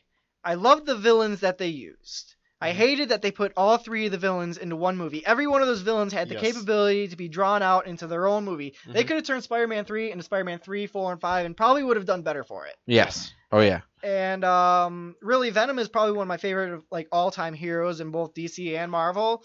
And have you guys ever heard of Carnage? Yes. He's like Venom, only worse. Mhm. And he's red and straight up savage. Mhm. Like if Carnage had a shirt, it would be your shirt, savage as F. No, anyway. So that was the problem. But then you also, when you watch this movie, the thing that bothered me is you'd be watching, Harry do whatever, like the normal movie. Then it flashed to this random dude that's a convict. Uh-huh. And you're like, what is he doing? And then flash back, and you're back into the storyline, and then it flash back, and it's to this guy. And he's like seeing this kid, then it flashes back. And then you see him getting turned into the Sandman. I'm like, why are we doing it like this? Right. I'm like, I'm getting dizzy. Because it's almost like I'm turning my head. It's like, first we're here, then we're here, then we're here. It was like an ADHD movie. The biggest... And I have ADHD, and because it was like, oh, here's it. What's that? Oh, there's a guy. There's a guy. And oh no, we're gonna go back here. Oh, what's this again? It's like, it was there's a guy. There's a guy. Oh, we're gonna go back. That's literally what it was. Oh, we're gonna go back to Peter Parker. We watch him for 2 minutes. It's like, what? Squirrel? Yeah. I felt like my ADHD was in overdrive. I'm like, okay, we need to stop. Keep it to one storyline, please. Well, one of my biggest complaints about Spider-Man 3 too was Peter's personality when he got turned into the black, Venom Spider-Man or whatever. First of all, Broadway emo is just. First of all, I don't think anybody can pull off Broadway emo and make it look good. He predicted modern day hipsters. That's a plague in our Pretty society. Much. I actually saw that turned into a meme recently, him doing that dance, and the comments for they didn't even go into the meme. It just all transferred instantly into hate for Broadway emo Peter Parker. Yep. They didn't even go with the meme. They were just like, crap, I forgot about this. Now I hate that movie even more so again. But like I said, it had potential to be a good movie, and like you said, they had the villains to make a 3, 4, 5. Right. So, but they took I don't the know. movie and made too much out of it. Hollywood did what it does, and when they've got something good, they screw up. They milk the crap out of it. Oh, they do. Mm-hmm. Now, well, no, they weren't even trying to milk this one, because if you milked this one, they would have been like, oh no, let's not put all of them in one movie. Let's milk this out and put one of each movie, and I think it would have been a little bit more accepted. Right. Now, but instead, go ahead. I think they the studio's well, the second one made a lot of money, but or the actors or actresses were getting tired of it or whatever the case may be, and I think they knew it was coming in, and they're like, but there's so much more story. So then they threw everything into one, and that's just when it didn't work. Mm-hmm. Now, did either of you guys go into the next series and watch the Amazing Spider-Man? I watched the first one and I stopped. I as well saw the first one. I did not see either of them. Please tell me about them. From what I remember, they had it was this was a long time ago. It was Dr. Connor was the prime villain. He became the where was he transforms into the giant lizard. Yeah, that was the key. That was the key villain in the first one. Yeah, reptile or. And then I feel like it turned into a King Kong scene. Yeah, the giant lizard climbed up the side of the building and. Mm-hmm. I'm pretty sure he had Emma Stone in his hand. Didn't they have the Rhino in the Amazing Spider-Man as well? I don't recall. I thought they had. Maybe it was in the second one. It was it might have been in the. I don't know. I didn't see the second one. If they did, it might have been. I know they had Electro in the second one. But yeah, no, I personally did not see the first or the second Amazing Spider-Man movies, mainly because I didn't like the only thing that made them good was Emma Stone. The only thing that made them good. I got to go back and watch them at some point. I like the villain concepts that they got going on. Like, Yeah, but it turned it into King Kong. This lizard climbs up the side of the building, has Emma Stone in one hand, and like there's helicopter. I'm like, okay, I did not come to see King Kong. I was actually hoping you'd seen those because I was going to ask you what kind of made them want to reboot from those to the newest one they have out now. I mean, I don't know. I mean, me personally, I didn't see anything wrong with the newer one. I mean, it wasn't. But then again, I mean, I'm not hugely into Spider-Man, so I don't know a lot of the lore and the backstory and stuff, which I know can irritate some people. Well, the thing I know about the Amazing Spider-Man movies is that, you got like the lizard guy in the first one, and I know you got like Electro in the second one, and maybe some other villains in between there and everything. Right. I know that Gwen Stacy dies, spoilers, whatever, and I know that's like a pivotal point for him or something like that, some kind of like epiphany for him or something, like a motivational turn for him. Right. And then I heard that they were going to make a 3, but they chose not to because they found out that Garfield, the guy who was doing Spider-Man, was like bad-mouthing the director or something. So the director's like, well, F you, we aren't doing a third one then. So see, I think they just should have just stopped after the third Tobey Maguire one and called it good. Right. Well, Because they had 2 good movies, 1 crap movie. That's kind of puts an end to a series and or a superhero. It does make sense to revamp it though, because they are trying to add him into the Avengers movies now, if I'm not mistaken. Right. Yeah. Have you guys? No, I'm not saying Homecoming shouldn't have been made. I'm saying right. The Amazing Spider-Man were a mistake. They were a mistake. Yep. Emma Stone was fantastic. Everything else was crap. Now, have you guys seen Captain America: Civil War? No. You have I not. don't think so. I'm pretty sure it's on Netflix. It probably really is. should watch it. Have you? Is that the That's the one where you got, second like- standalone one they made? That's with Yes. That's the one I don't where think you. I've seen No. that. Me It's the either. third. It's the third one. Oh, Is it? no, It's Well, I where- haven't seen the second one. Winter Soldier was the second one, was it? Yeah. not? Yeah. The third Okay. one is the one where you got like Captain America versus Iron Man. I have not seen that Me one. either. It's first of all, it's really good. One of the better Marvel movies made so Mhm. far, I think. Anyways, Again, you're talking to 2 DC guys. right. Anyways, I so still enjoy watching. I saw the first Captain America, and I absolutely love that movie. Mhm. So basically- I did love the first Captain America. So the thing with Captain America: Civil War and Spider-Man: Homecoming is that Marvel and Sony managed to nut up, get over their differences, and work together for a change. Right. And that's how they got the rights to Spider-Man for it. And so they did. They had Spider-Man make a debut in Captain America: Civil War. He fought with them a little bit. He wasn't a huge part, but he was definitely there. He was a factor in the fight. And it was a really good fight. Like the whole movie was really good. And they had Spider-Man as a small part in it, and it was really, really cool. How many times are you going to say that they had Spider-Man and had a part in that? I don't know. Probably Because it's a couple more. 3 so far. But anyways, so they even recapped that in Spider-Man: Homecoming. They kind of Okay. started off. I'm gonna do my best to avoid spoilers. But so basically, they started off kind of recapping, right? Mhm. Talking about a little bit of Civil War, and you got Tom Holland, the new Spider-Man, talking Right. to like Tony Stark and all that.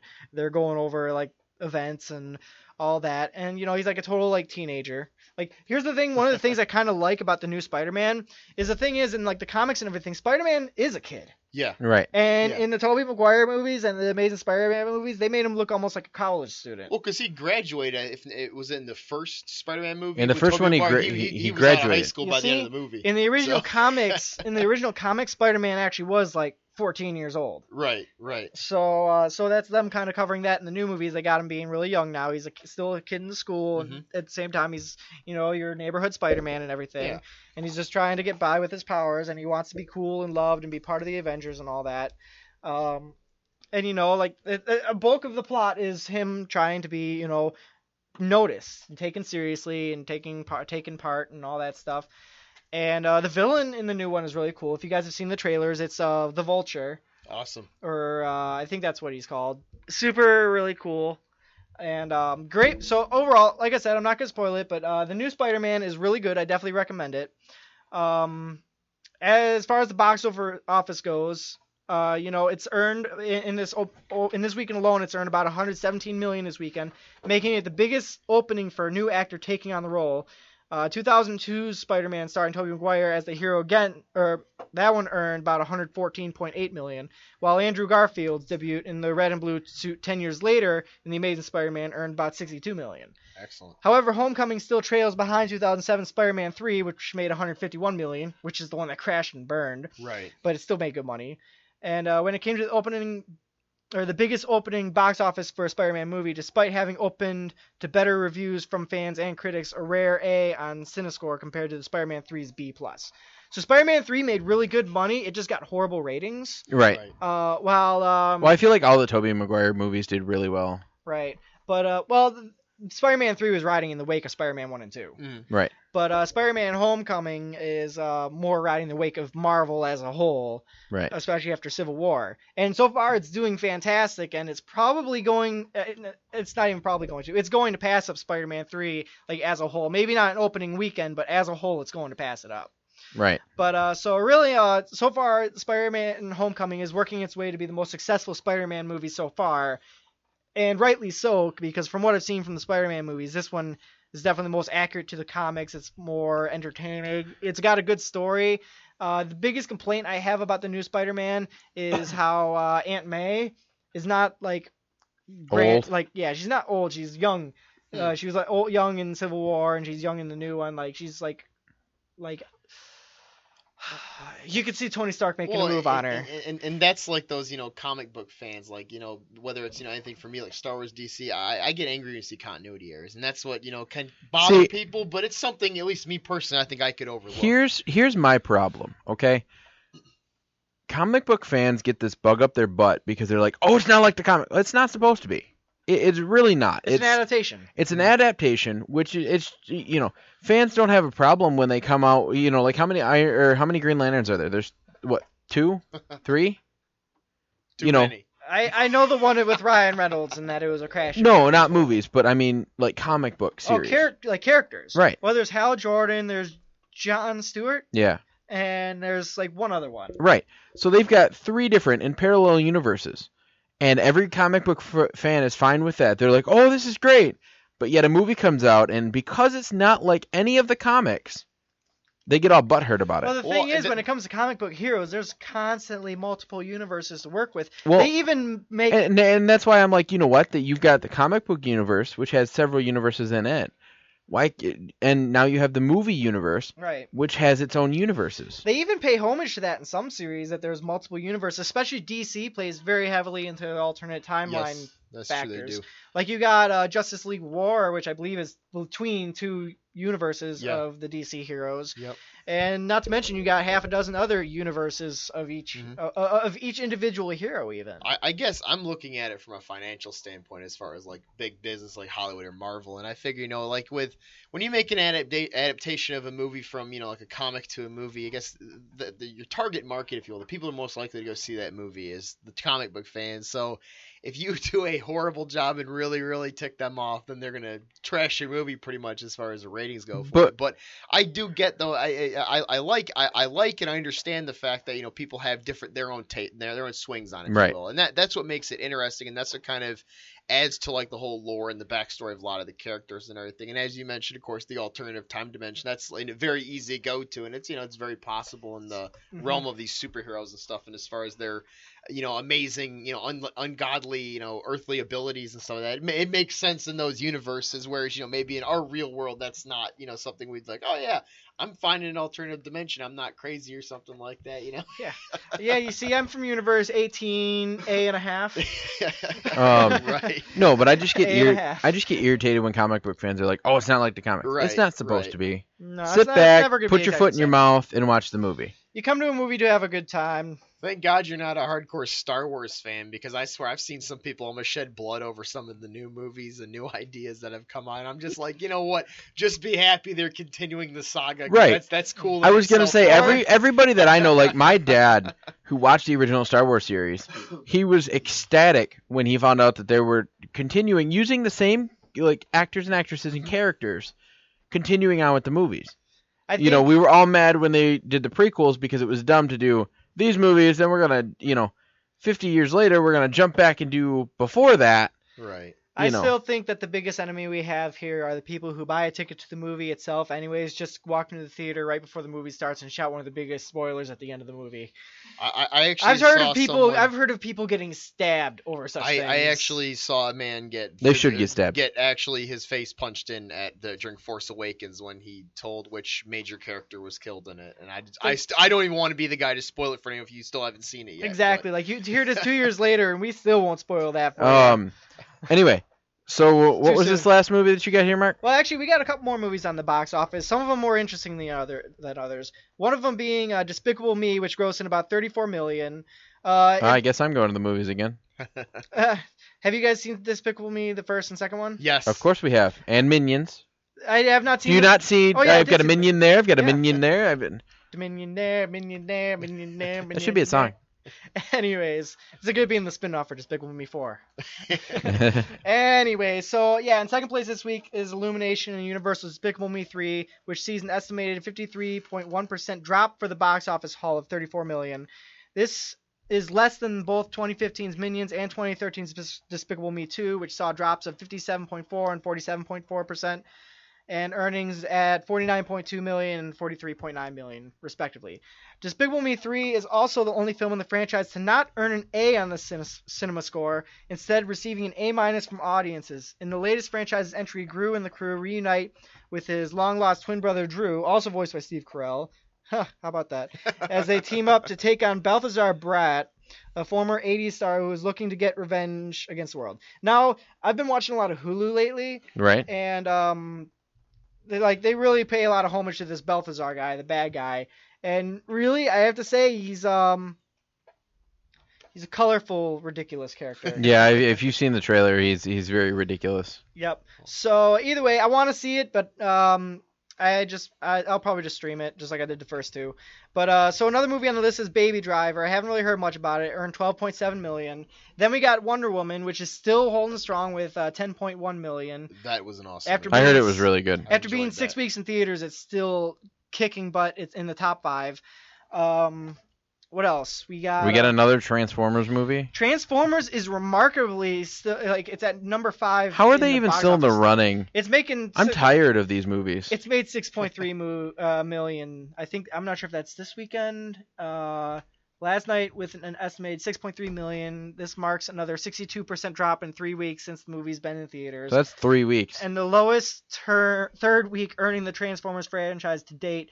A continuing trend in the domestic box office compared to previous sequels of 2009's Revenge of the Fallen and 2011's Dark of the Moon. So basically, as per usual with the Transformers movie, every time they come out with a new one, it's getting less and less popular.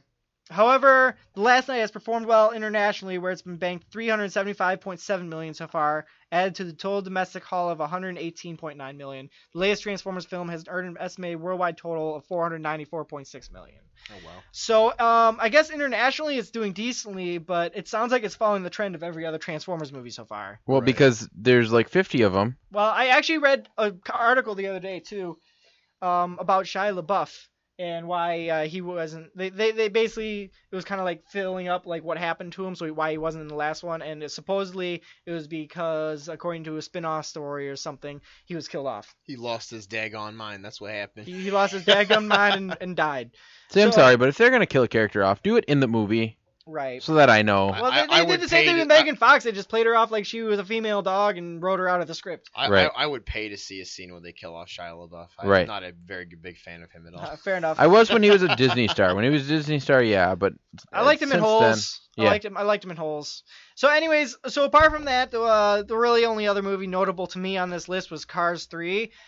Which, quite honestly, I have not seen. I kind of want to see it because it looks interesting compared to the second one, but so far I just haven't been super impressed with the Cars movies.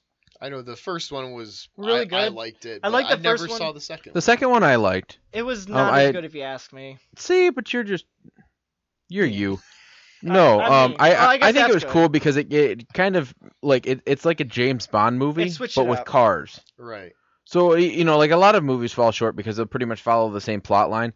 This one was completely different. It was like, you had Lightning McQueen was back in the race, and his pit crew was all the guys from Radiator Springs and blah blah. and it was this big international thing, and so that's what I loved. And then there was some spying, and I just thought it was good. Right. Either way, so that's about it for the box office this week. Those are some of the movies I found notable on the list, and most of them were in the top of the list anyways. Like I said, I saw Spider-Man, good movie. I recommend it. Some of these other movies, I haven't seen them, but most of them I would probably want to watch at some point or another just so I can have my own opinion on it. I Sure. recommend the same to you. I maybe we'll talk about these movies again sometime. Either way, So what are you doing? nothing. I was looking for a baton to pass. There's to no you, baton. but there's no pens anywhere. Exactly. That's by design.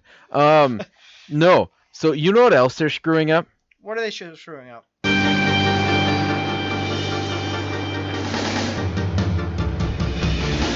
I wanna be the very best, like no one ever was. To catch them is my real test, to train them is my cause. I will travel across the land, searching far and wide. Each Pokemon to understand the power that's inside. Pokemon, gotta catch 'em all. It's you and me. I know it's my destiny. Pokemon, oh, you're my best friend. In a world we must defend. Pokemon, gotta catch 'em all. Our hearts so true. So they're screwing up Pokemon. That song gets me every time. I've gone back and I've been watching Indigo League, and I actually just watched Pokemon Mewtwo Strikes Back. Like, rewatched it for, Right. years the other day, actually. Okay. So, and you're gonna be mad at this. Am I? So do you since you went back and rewatched it, Pokemon Indigo League? Do you remember the first season? Yeah. How he wakes up and he goes and sees who his first Pokemon's gonna be. Oh, of He's late course. and all that. Well, they're turning that into a movie. Really? So they're going Yes. to condense it all into a movie? They're gonna condense the entire first season of Indigo League into a movie. So are they rewriting it, or are they kind of like condensing They it? didn't really say. But the movie is going to be called I Choose You. I Choose You, but it's catching a lot of hate already, and it's not even out. They released some artwork for it, and guess who's not in the artwork? Better not be Ash better be in this. Ash is in this, Good. but Brock and Misty are gone.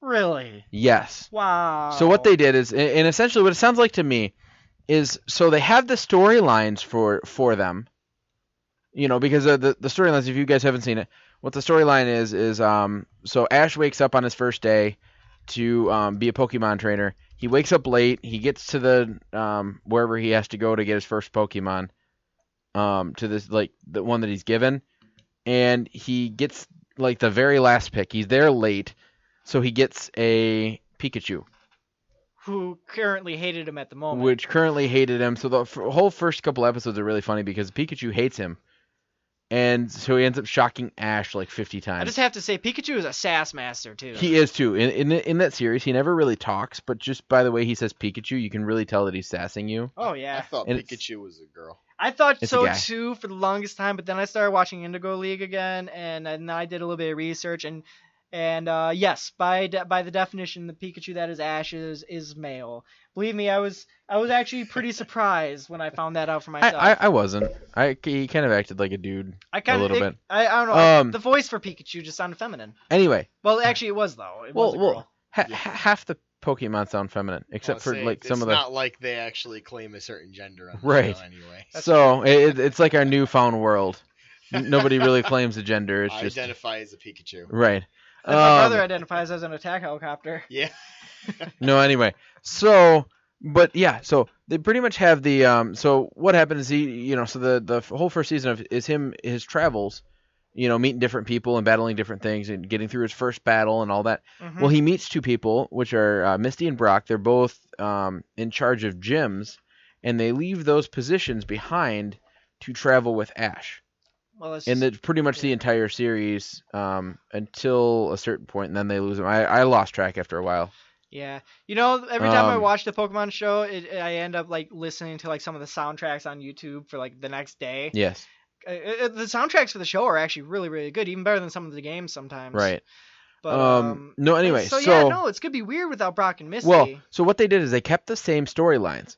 So he is still traveling with two people, and they both were gym leaders that left their positions to travel with Ash. But they're two dudes, and I'm not trying to be racist at all, but they have very Japanese names now. Really? Yes, because you had like Misty and Brock. Now it is. Let's It see could if be I like can find it. Hitara and Kiroshi, or something like Yeah, that. it is. Seriously, it's something like that. Right, I believe it. And I'm like, why? You have a following. Like we've already proven that the '90s are coming back. Okay, so that means all the cartoons, everything. right. If you're gonna ruin that, that's gonna ruin your movie. There was a lot of skepticism with what Pokemon was doing with the show too, because with Sun and Moon when they came out, when the show actually started, going into the Alola region, which is Sun and Moon, they changed the animation entirely, and I think they actually kind of started the series kind of anew with it. I'm not sure. I won't know until I actually start watching it, and I'm still on Indigo League, so it's gonna be a minute. For those of you who don't watch Pokemon and want to go back and watch all of it, you're in for a bit of watching. It's there's like 12 seasons now. It's like Soji, it's Souji, and Mokoto, it's Makoto. Those are the two new people he's traveling with. I would have to wonder. I mean, I've never really been a big fan of Pokemon, but I'm kind of curious though. Maybe just the names. Are they possibly different? The Japanese version of the other names or something like? Because I know they sometimes leave like Easter eggs, if you will. No, because they have completely different faces too. Okay. Because they released album artwork and everybody's like, oh, there's Ash, there's Pikachu. Right. Where's Misty and Brock? And who are these two random people? Right. Yeah. And it's like So just for my sake, what's the comparison to like the Star Wars cast? Who would they have to cut out for that to be the same loss for Pokemon? Probably Han and Leia. Han and Leia. Yeah, it's like Star Wars: The New Hope without Han and Leia. Yeah. Oh, it's got Darth Vader in it. It's a decent movie. No, I'm kidding. No, but I mean, it's literally it ended up being those were the three main characters. Right. I don't know. And they're cutting the two out. Would you say it'd be like more like cutting out Han and Leia or R2 and 3PO? Either one would be a good comparison. It's like cutting out either of those pairs, or maybe just all of it together. Because it can be done, but it'll be a huge leap of faith almost in the sense yes. of the movie. Yes. All right. And if anybody goes and sees it, they probably are going to go see it to either say how trashy it is, or because they just want to see Ash and Pikachu again. I'll give it the benefit of the doubt. Well, it's kind of like, when they do, as we talked earlier about, like Spider-Man, when they do like a comic book adaptation. Of course, this is different, as far as it being a TV show and everything. But that is a good point. It'll be unique to kind of see which way they take it. Hopefully, it's a different universe. It's a different story. Exactly. Yeah, but you know what though? That's not how they're playing it off, because they're playing it off with like it's a new start. It's a new start, but like I said, You know what you should look into? They never, like, when they go from comic book to movie, I don't think they ever really change the characters. They use a lot of the same character names. It's mostly like we and said, model minor change and stuff like that. Right. Yeah. So they're minor changes, like, in Spider-Man it was, in the Tobey Maguire he actually developed like a something in his skin that could shoot web. Right. Versus in the comics where he made canisters. Yeah, that was one of the original reasons I didn't like the Amazing Spider-Man, because I liked the whole actually having a web shooter. Right. Because other than that, he's literally just a dude that's super strong. He could be Superman. Yeah. Without flying. Pretty much though. But that makes him an actual. That's a spider feature he had. Oh, well, he does climb on walls. So that was still a thing, but it just made it a little less believable. Yeah. I guess I have to say, I'm sorry, go ahead, Mark. Oh, no worries. I was going to say, have you seen Pokemon Origins yet? No. It's literally like a 4-episode series, like 20 minutes an episode. It's like Pokemon, except instead of Ash, it's Trainer Red. So basically the character they modeled after in the first Pokemon games. Right. So it's essentially like Pokemon Red and Blue's story. And it's called Pokemon Origins, and it's only 4 episodes, and it's like really, really condensed of the original 2 games. I mean, essentially, Ash and Trainer Red are essentially similar to be the same character, except that it's a different story. So, if you get the chance, you should go back and watch Origins. I'm still trying to catch up on, because now I'm on Shameless, and iZombie has a new series on Netflix, or a new season on Netflix. So all my shows that I've been waiting for are finally putting new seasons on. So now I gotta go back and I'm trying to catch up on all the seasons of everything. I hear you there. I've been stuck watching. I haven't really been gaming much lately because I've been too busy watching. Anyway, so I'm irritated with the whole Mystery and Brock thing. So I'll still give it a chance. I'll still watch it. I guess my only comparison, like I said, I'm not a big fan of Pokemon, but it's kind of interesting because it's almost like the same kind of way the Star Wars universe works. Right. When Disney and Marvel acquired the rights to Lucasfilms in the Star Wars universe, it was kind of hard for like fans like myself. I went, like beyond just the 6 movies they'd put out. I read a lot of the books, the comics, the video games, and now that Disney owns it, it's a lot of that's not canon. It's considered classified as legends now. Right. Which is fine because they're taking a different spin on it, which is fine. So I certainly hope that with Pokemon they can keep a lot of their original fans and at least keep them happy, and yet maybe even bring in a new crowd of people, for this new age kind of stuff. But it's just interesting to see, because I know I'm sure Pokemon's the same way, but I know of course Star Wars has all the books, the comics, everything in the expanded universe now, which is not considered canon. So it'd be interesting to see how they kind of change the story and fling it a different way. So I agree. I'd like to give it the benefit of the doubt too and catch up myself and watch the show. In my personal opinion, I think if there was any 2 characters that they should have taken out, it should have been Jesse and James from Team Rocket. Oh yeah, they were pointless. That show. They literally that show probably could have done without Team Rocket as a whole. Well, so Team Rocket literally they're already facing Ash and the group are already facing a challenge. And then you've got, they're trying to battle someone. Mm-hmm. And then you've got Team Rocket that comes in, and all they're trying to do is take Pikachu. Right. Or another amazing Pokemon which, by the way, is no impressive feat because there's literally a forest by Ash's hometown that has a bunch of Pikachu, at least according to the games. Right. And so now you've got, so they're trying to get this Pikachu, and they're trying to impress this boss. But they travel by hot air balloon. Most of the time, yeah. Most of the time. Sometimes by, And the only reason, I'm pretty sure I know the reason they call them Team Rocket is because they always get flung away somehow like a rocket. Team Rocket's blasting off again. Anyway, but I'm getting so irritated by this, and we're running out of time, that we still have to go over I'm getting the so movies. Irritated. I am. I really am. It just irritates the crap out of me. We're going to go over the movies that Mark did not watch. I watched some of the last one with you. Yes, because you happened to come in when we were watching it. And I've seen a movie that is pretty much virtually identical to the other movie. But that's not seeing the movie. Not the same. Okay. It's okay. I watched it, but was distracted for a portion of it. No, of the second one, but you watched the entire first one. Yes. At least Lucas watches one of the 2 films. I've had it. I've heard enough. Anyway, you didn't miss much. No, I'm kidding. So the Netflix fresh and retro picks of the week. Our fresh pick of the week was Trouble with a Curve. That's the one we were just watching, right? Yes, Mark. Yes. It was made in 2012, and I think it was great because it had Amy Adams, and Clint Eastwood, and Justin Timberlake. I have to say, from the parts of the movie I saw, it was really good. I pretty much always like it when you got Clint Eastwood being a sassy old guy. It's really funny. That's pretty much in its own thing a recipe for success. So, what this movie was about was Clint Eastwood was a baseball scout. Mm-hmm. He's a baseball scout for what team? Do you remember? The Braves. The Atlanta Braves, and his daughter was a lawyer, and you could tell there's tension between the two, but you can't tell why. And you can tell that he's starting to lose his sight. So he's doing some weird things. So his boss sends, because he's going to North Carolina to look at to scout someone out, and his boss sends his daughter with him. And then there's a little trial and error where they're like, she doesn't want to go, and then she ends up going, and so through the whole movie, she's helping him scout this guy because she's grown up and she knows exactly the same things her dad does. And so the whole movie is about them pretty much scouting out this player, and the whole time they show you how cocky this player is, and how great he is.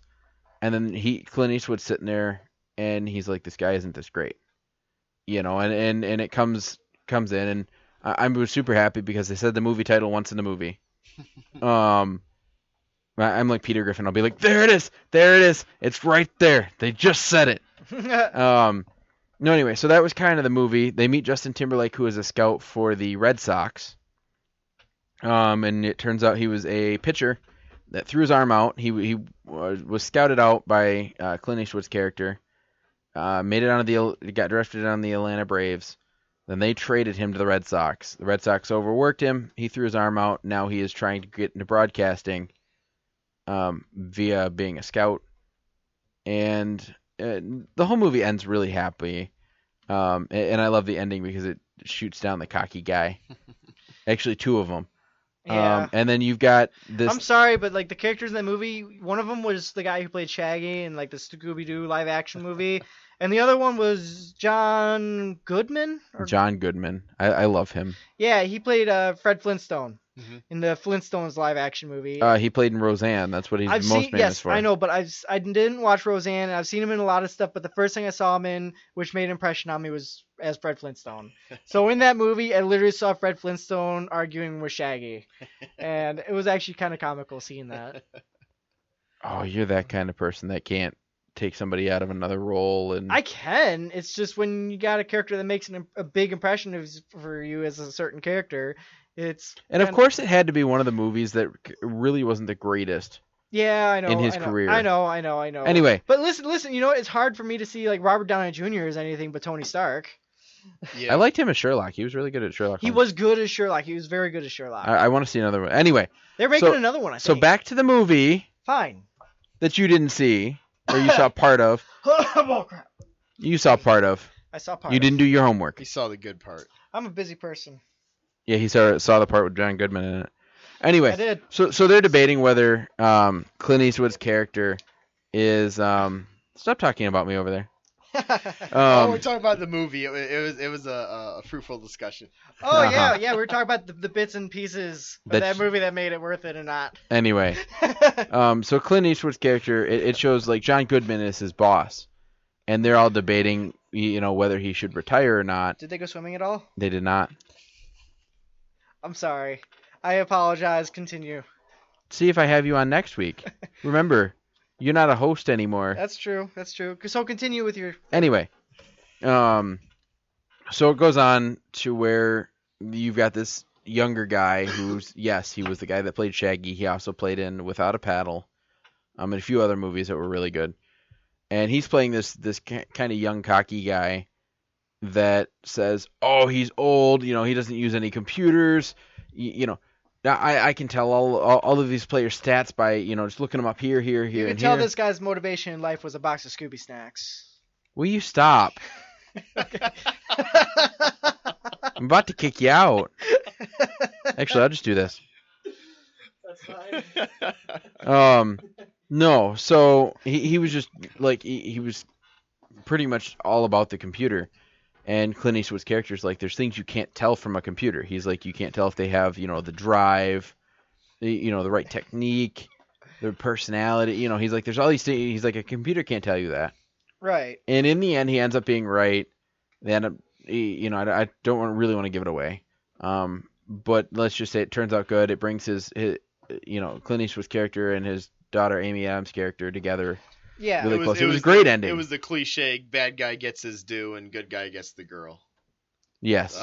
In a way, except that the good guy is the father and the other good guy is the daughter. Right. Well, I mean with Justin Timberlake's character. Oh, that's right. The good guy gets what he I wants to. did not see enough of Justin Timberlake to determine what his serious role was, except that kind of like the guy that ends up with the girl.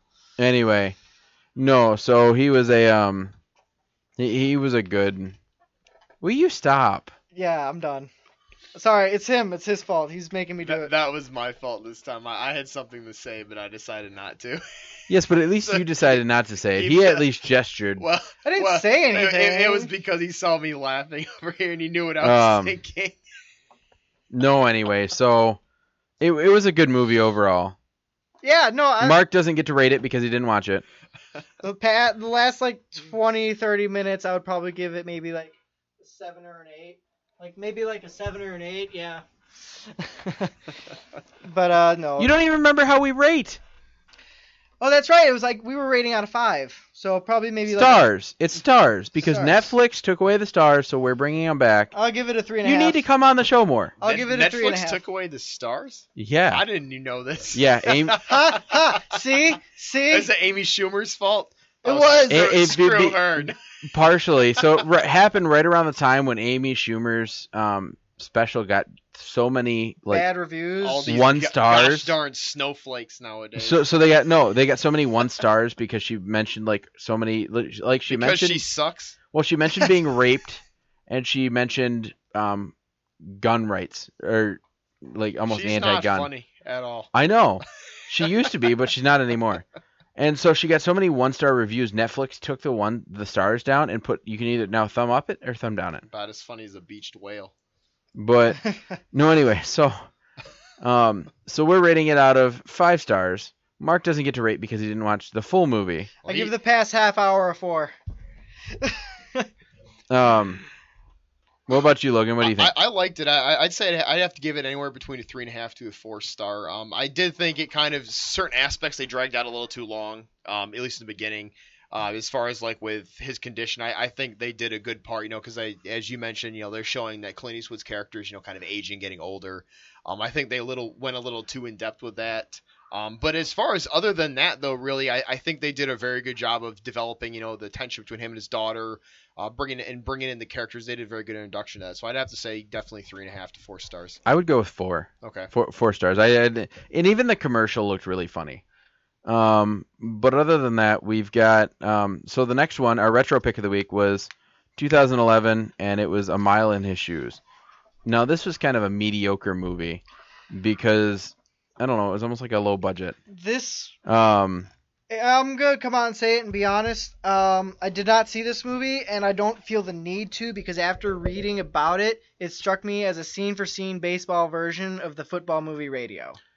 It's very similar. I know this one, kind of like what Aaron said. I mean, I thought it was a decent movie for what they had in it, but Radio is a bit more, I guess, captured on a personal level. I thought this movie was like, and not say this is a bad thing, but everyone was way too accepting of the main character in it. I don't think Aaron mentioned it yet, but it was a young boy is found and he has Asperger's syndrome, but he's very good at pitching, so that he ends up getting drafted onto a semi-professional baseball league, and he's got a shot to get it into the pros. So it was definitely a very good feel-good movie. I don't want to spoil the ending either, Right. But it was a feel-good movie. But yeah, essentially it is kind of the same type story as Radio, which is a very good movie. If anyone has not seen it, I recommend that. So this one is a Dean Cain movie. It has Dean Cain as pretty much like the main character. He plays the coach. And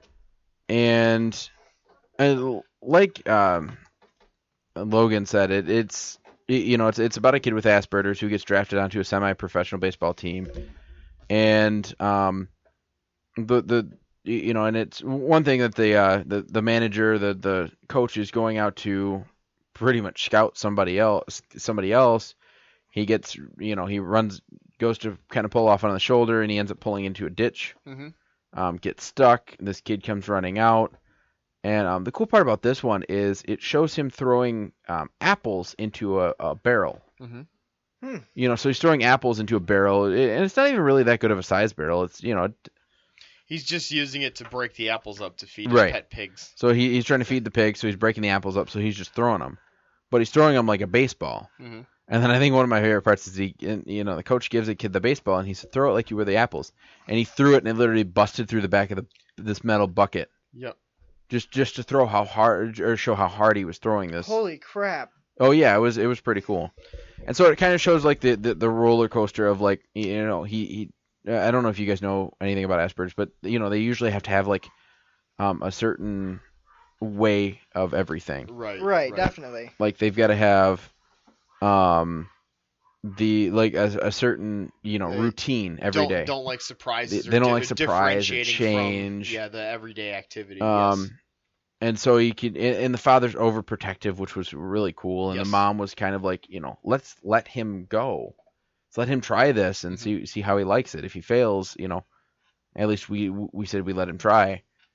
And so it goes in, and then he's taking the place of the pitcher that they have, who's sucking at this point. Right. and so that guy acts like the kind of the villain. You know, He's sucking as a person as well. Too. right. He sucks as a person, does some mean things. And you know, in the end, just like our first one, kind of he gets his due in the end, and but overall, it was a good movie. Like I said, it was a Dean Cain movie, so it was, you know, very feel good, very you know, very heartwarming. But they did have a very good baseball aspect into it. Like a lot of these baseball movies, or like some of the football movies, they put more emphasis on you know, everything else, and then just like Right. you know, 1 or 2 clips of a game here or there. Right. This one had like it showed him majority playing the game, Right. and you know how he got to be, you know, he started as a pitcher, and he won a few games and things like that. So I don't know. I think you should watch it, just assuming that it's, you know, like Maybe I another will. movie. I Yeah. think you should. It was a really good movie. I can't recall the title, but in the end credits, it actually said it was based off of a book. Yes, it was. I was wondering whether it's some reminiscent to a true story of some sort. I think it was. I think it was based off of. I swear it said it was based off a story, and the last guy had the same name as the character, I think so. like Tussler. So I'm wondering if it was kind of the same story. Anyway, so this was a good movie. I really liked it. I would highly recommend it. Let's start with you again, Logan. What do you think? I guess, you know, and I feel bad doing this, but as far as like the star rating, as far as the story goes, I would give that definitely the story a 4. But as far as like cinematic value and kind of, I don't want to say like realism, but you know, in terms of it just being a cliche Right. kind of silly movie, I'd say it's more like a 3. I'm usually not the guy that does this, but I kind of noticed and chuckled at a few minor movie mistakes in it that kind of made me laugh, you know, and they have Right. different things per shots and stuff. But, you know, for what it's worth, it's a very good story. It's very heartfelt, and it gives you like that really good, like feel good kind of feeling. It's kind of like a Hallmark movie, but a little Yeah. bit more geared towards the Yeah. guys than it was Yes. women. But I thought it was a very good story in terms of, you know, showing how accepting, you know, people can be of someone just because Right. they're different, and because this guy has obviously good ability at what he does. So that was Right. the story itself is a solid 4 in my opinion. I think I would give it a 3.5 because I kind of agree with you. I want to give the story a 4, but Right. because there wasn't really too much cinematically there. Yeah. But also, I feel like sometimes we do need to step back and go to, you know, watch a movie that's just kind of almost like a blank canvas. You know, there's Right. not too many effects. It's Right. you know, just kind of like they shoot all this stuff, they edit it together. There's really not too much CG, to where 90% of the movies we watch anymore is CG, animation, Yeah. things like that. You never get. This movie was nice because just to me it felt a bit more real. Yeah. You know, I mean, there was not any. There's not a lot of. If at least there was, I didn't notice any. But you know, there wasn't like major CGI or anything like that. Right. So it was unique in that sense. I really liked the story, but some of the screenplay and videotaping, I feel like I could have done better with my iPhone camera. Right. But I agree with you. Overall, it was a good movie. So I'll give it about a 3.5 stars. Definitely So don't other have a than- standing on this one, so I'll just pass. Again, I told you couldn't rate in the beginning Fair enough. because you didn't do your homework. Nope. Next time, do your homework. Maybe. I'm kidding. Um. So, anyways. Anyway, any last comments about any of the? Well, to anybody who has not seen Spider-Man, which is probably actually a lot of people because it just came out this weekend, I definitely recommend it. The new Spider-Man was probably, in my opinion, better than any of the other Spider-Man movies, despite the fact that he can't shoot actual web from his wrists. So very good movie. That's about it from my end of things. I definitely would like to check it out myself. So. Anything else? I hope that they bring Venom back in some shape or form for some movie. I heard they're going to do a Venom spin-off for something. I don't know. But either way, I think that'd be cool. But that's my piece. I definitely watch that. Okay. Well, thank you, Mark, for finally coming on again. Yeah, thanks for me finally being here, I guess. I don't know. Good to see you. Yeah, thanks. Thanks, Logan, for coming on again this week. Sure, not a problem. Anytime you want to come on, it's always good to have you here. Appreciate it. I think that's pretty much it. I do have a new announcement. So I spent quite a bit of time the other day trying to figure out Twitter, and Topic Talks now has a Twitter account. Yay! Oh, that looks kind of cool reverberating effect. It was. I'm gonna tell you what I wasn't gonna tell you. It's pretty much just my Twitter. I just changed the name and changed some things on it because I never used my Twitter. Well, So maybe now they'll use it now. I was gonna say, well, now it'll get some use. It's still more than I have. And then we have our I went through and I re-uploaded or redid our SoundCloud. So today's episode should be posted on SoundCloud shortly after. So I redid a whole bunch of stuff. So go and check our socials. Hey, there it is. I also did post a link to Facebook and Twitter in the comment section. It'll be right below where it says thank you for listening to the show. So it'll be right under, where we talk about, like, it'll say news, Movie Madness Monday right after this. So thank you for listening. Hit us up on social media, Facebook, and it gives a link, Twitter, same thing. So they're there. We're also on SoundCloud. Just type in Topic Talks. You'll see our fancy logo. We're also on YouTube. Go to our YouTube channel. Just go to all of our social media. Check us out all over. Give us likes here and there. Follow our pages. We are on Spreaker.com, which is where we broadcast through every week. So if you want to listen to us live, you go to Spreaker.com. There is links for those on the Facebook pages and on Twitter. And there's also on SoundCloud, there's a link. So I'm trying to throw the link for Spreaker and all the other. I'm trying to connect them all via links. So then that way, if you're like, oh, well, I heard about this, you can click on it. So we do have Twitter. Yay! Yay! It's no longer a running joke that, we don't have Twitter. So now we've got that. Go in there and check it out. Give us a like. Follow us maybe. Shoot us a comment and whatnot. But let us know what you please think about don't the show. stalk us, though. I mean, My life's Okay. pretty uneventful. Go ahead, have at it. right. I'm not doing too much, fun these days. Anyway, so I'm doing too much adulting. You can stalk me, but you'll be bored. So I think that's pretty much it for me. I think that's about it. I'm Aaron Klingsmith.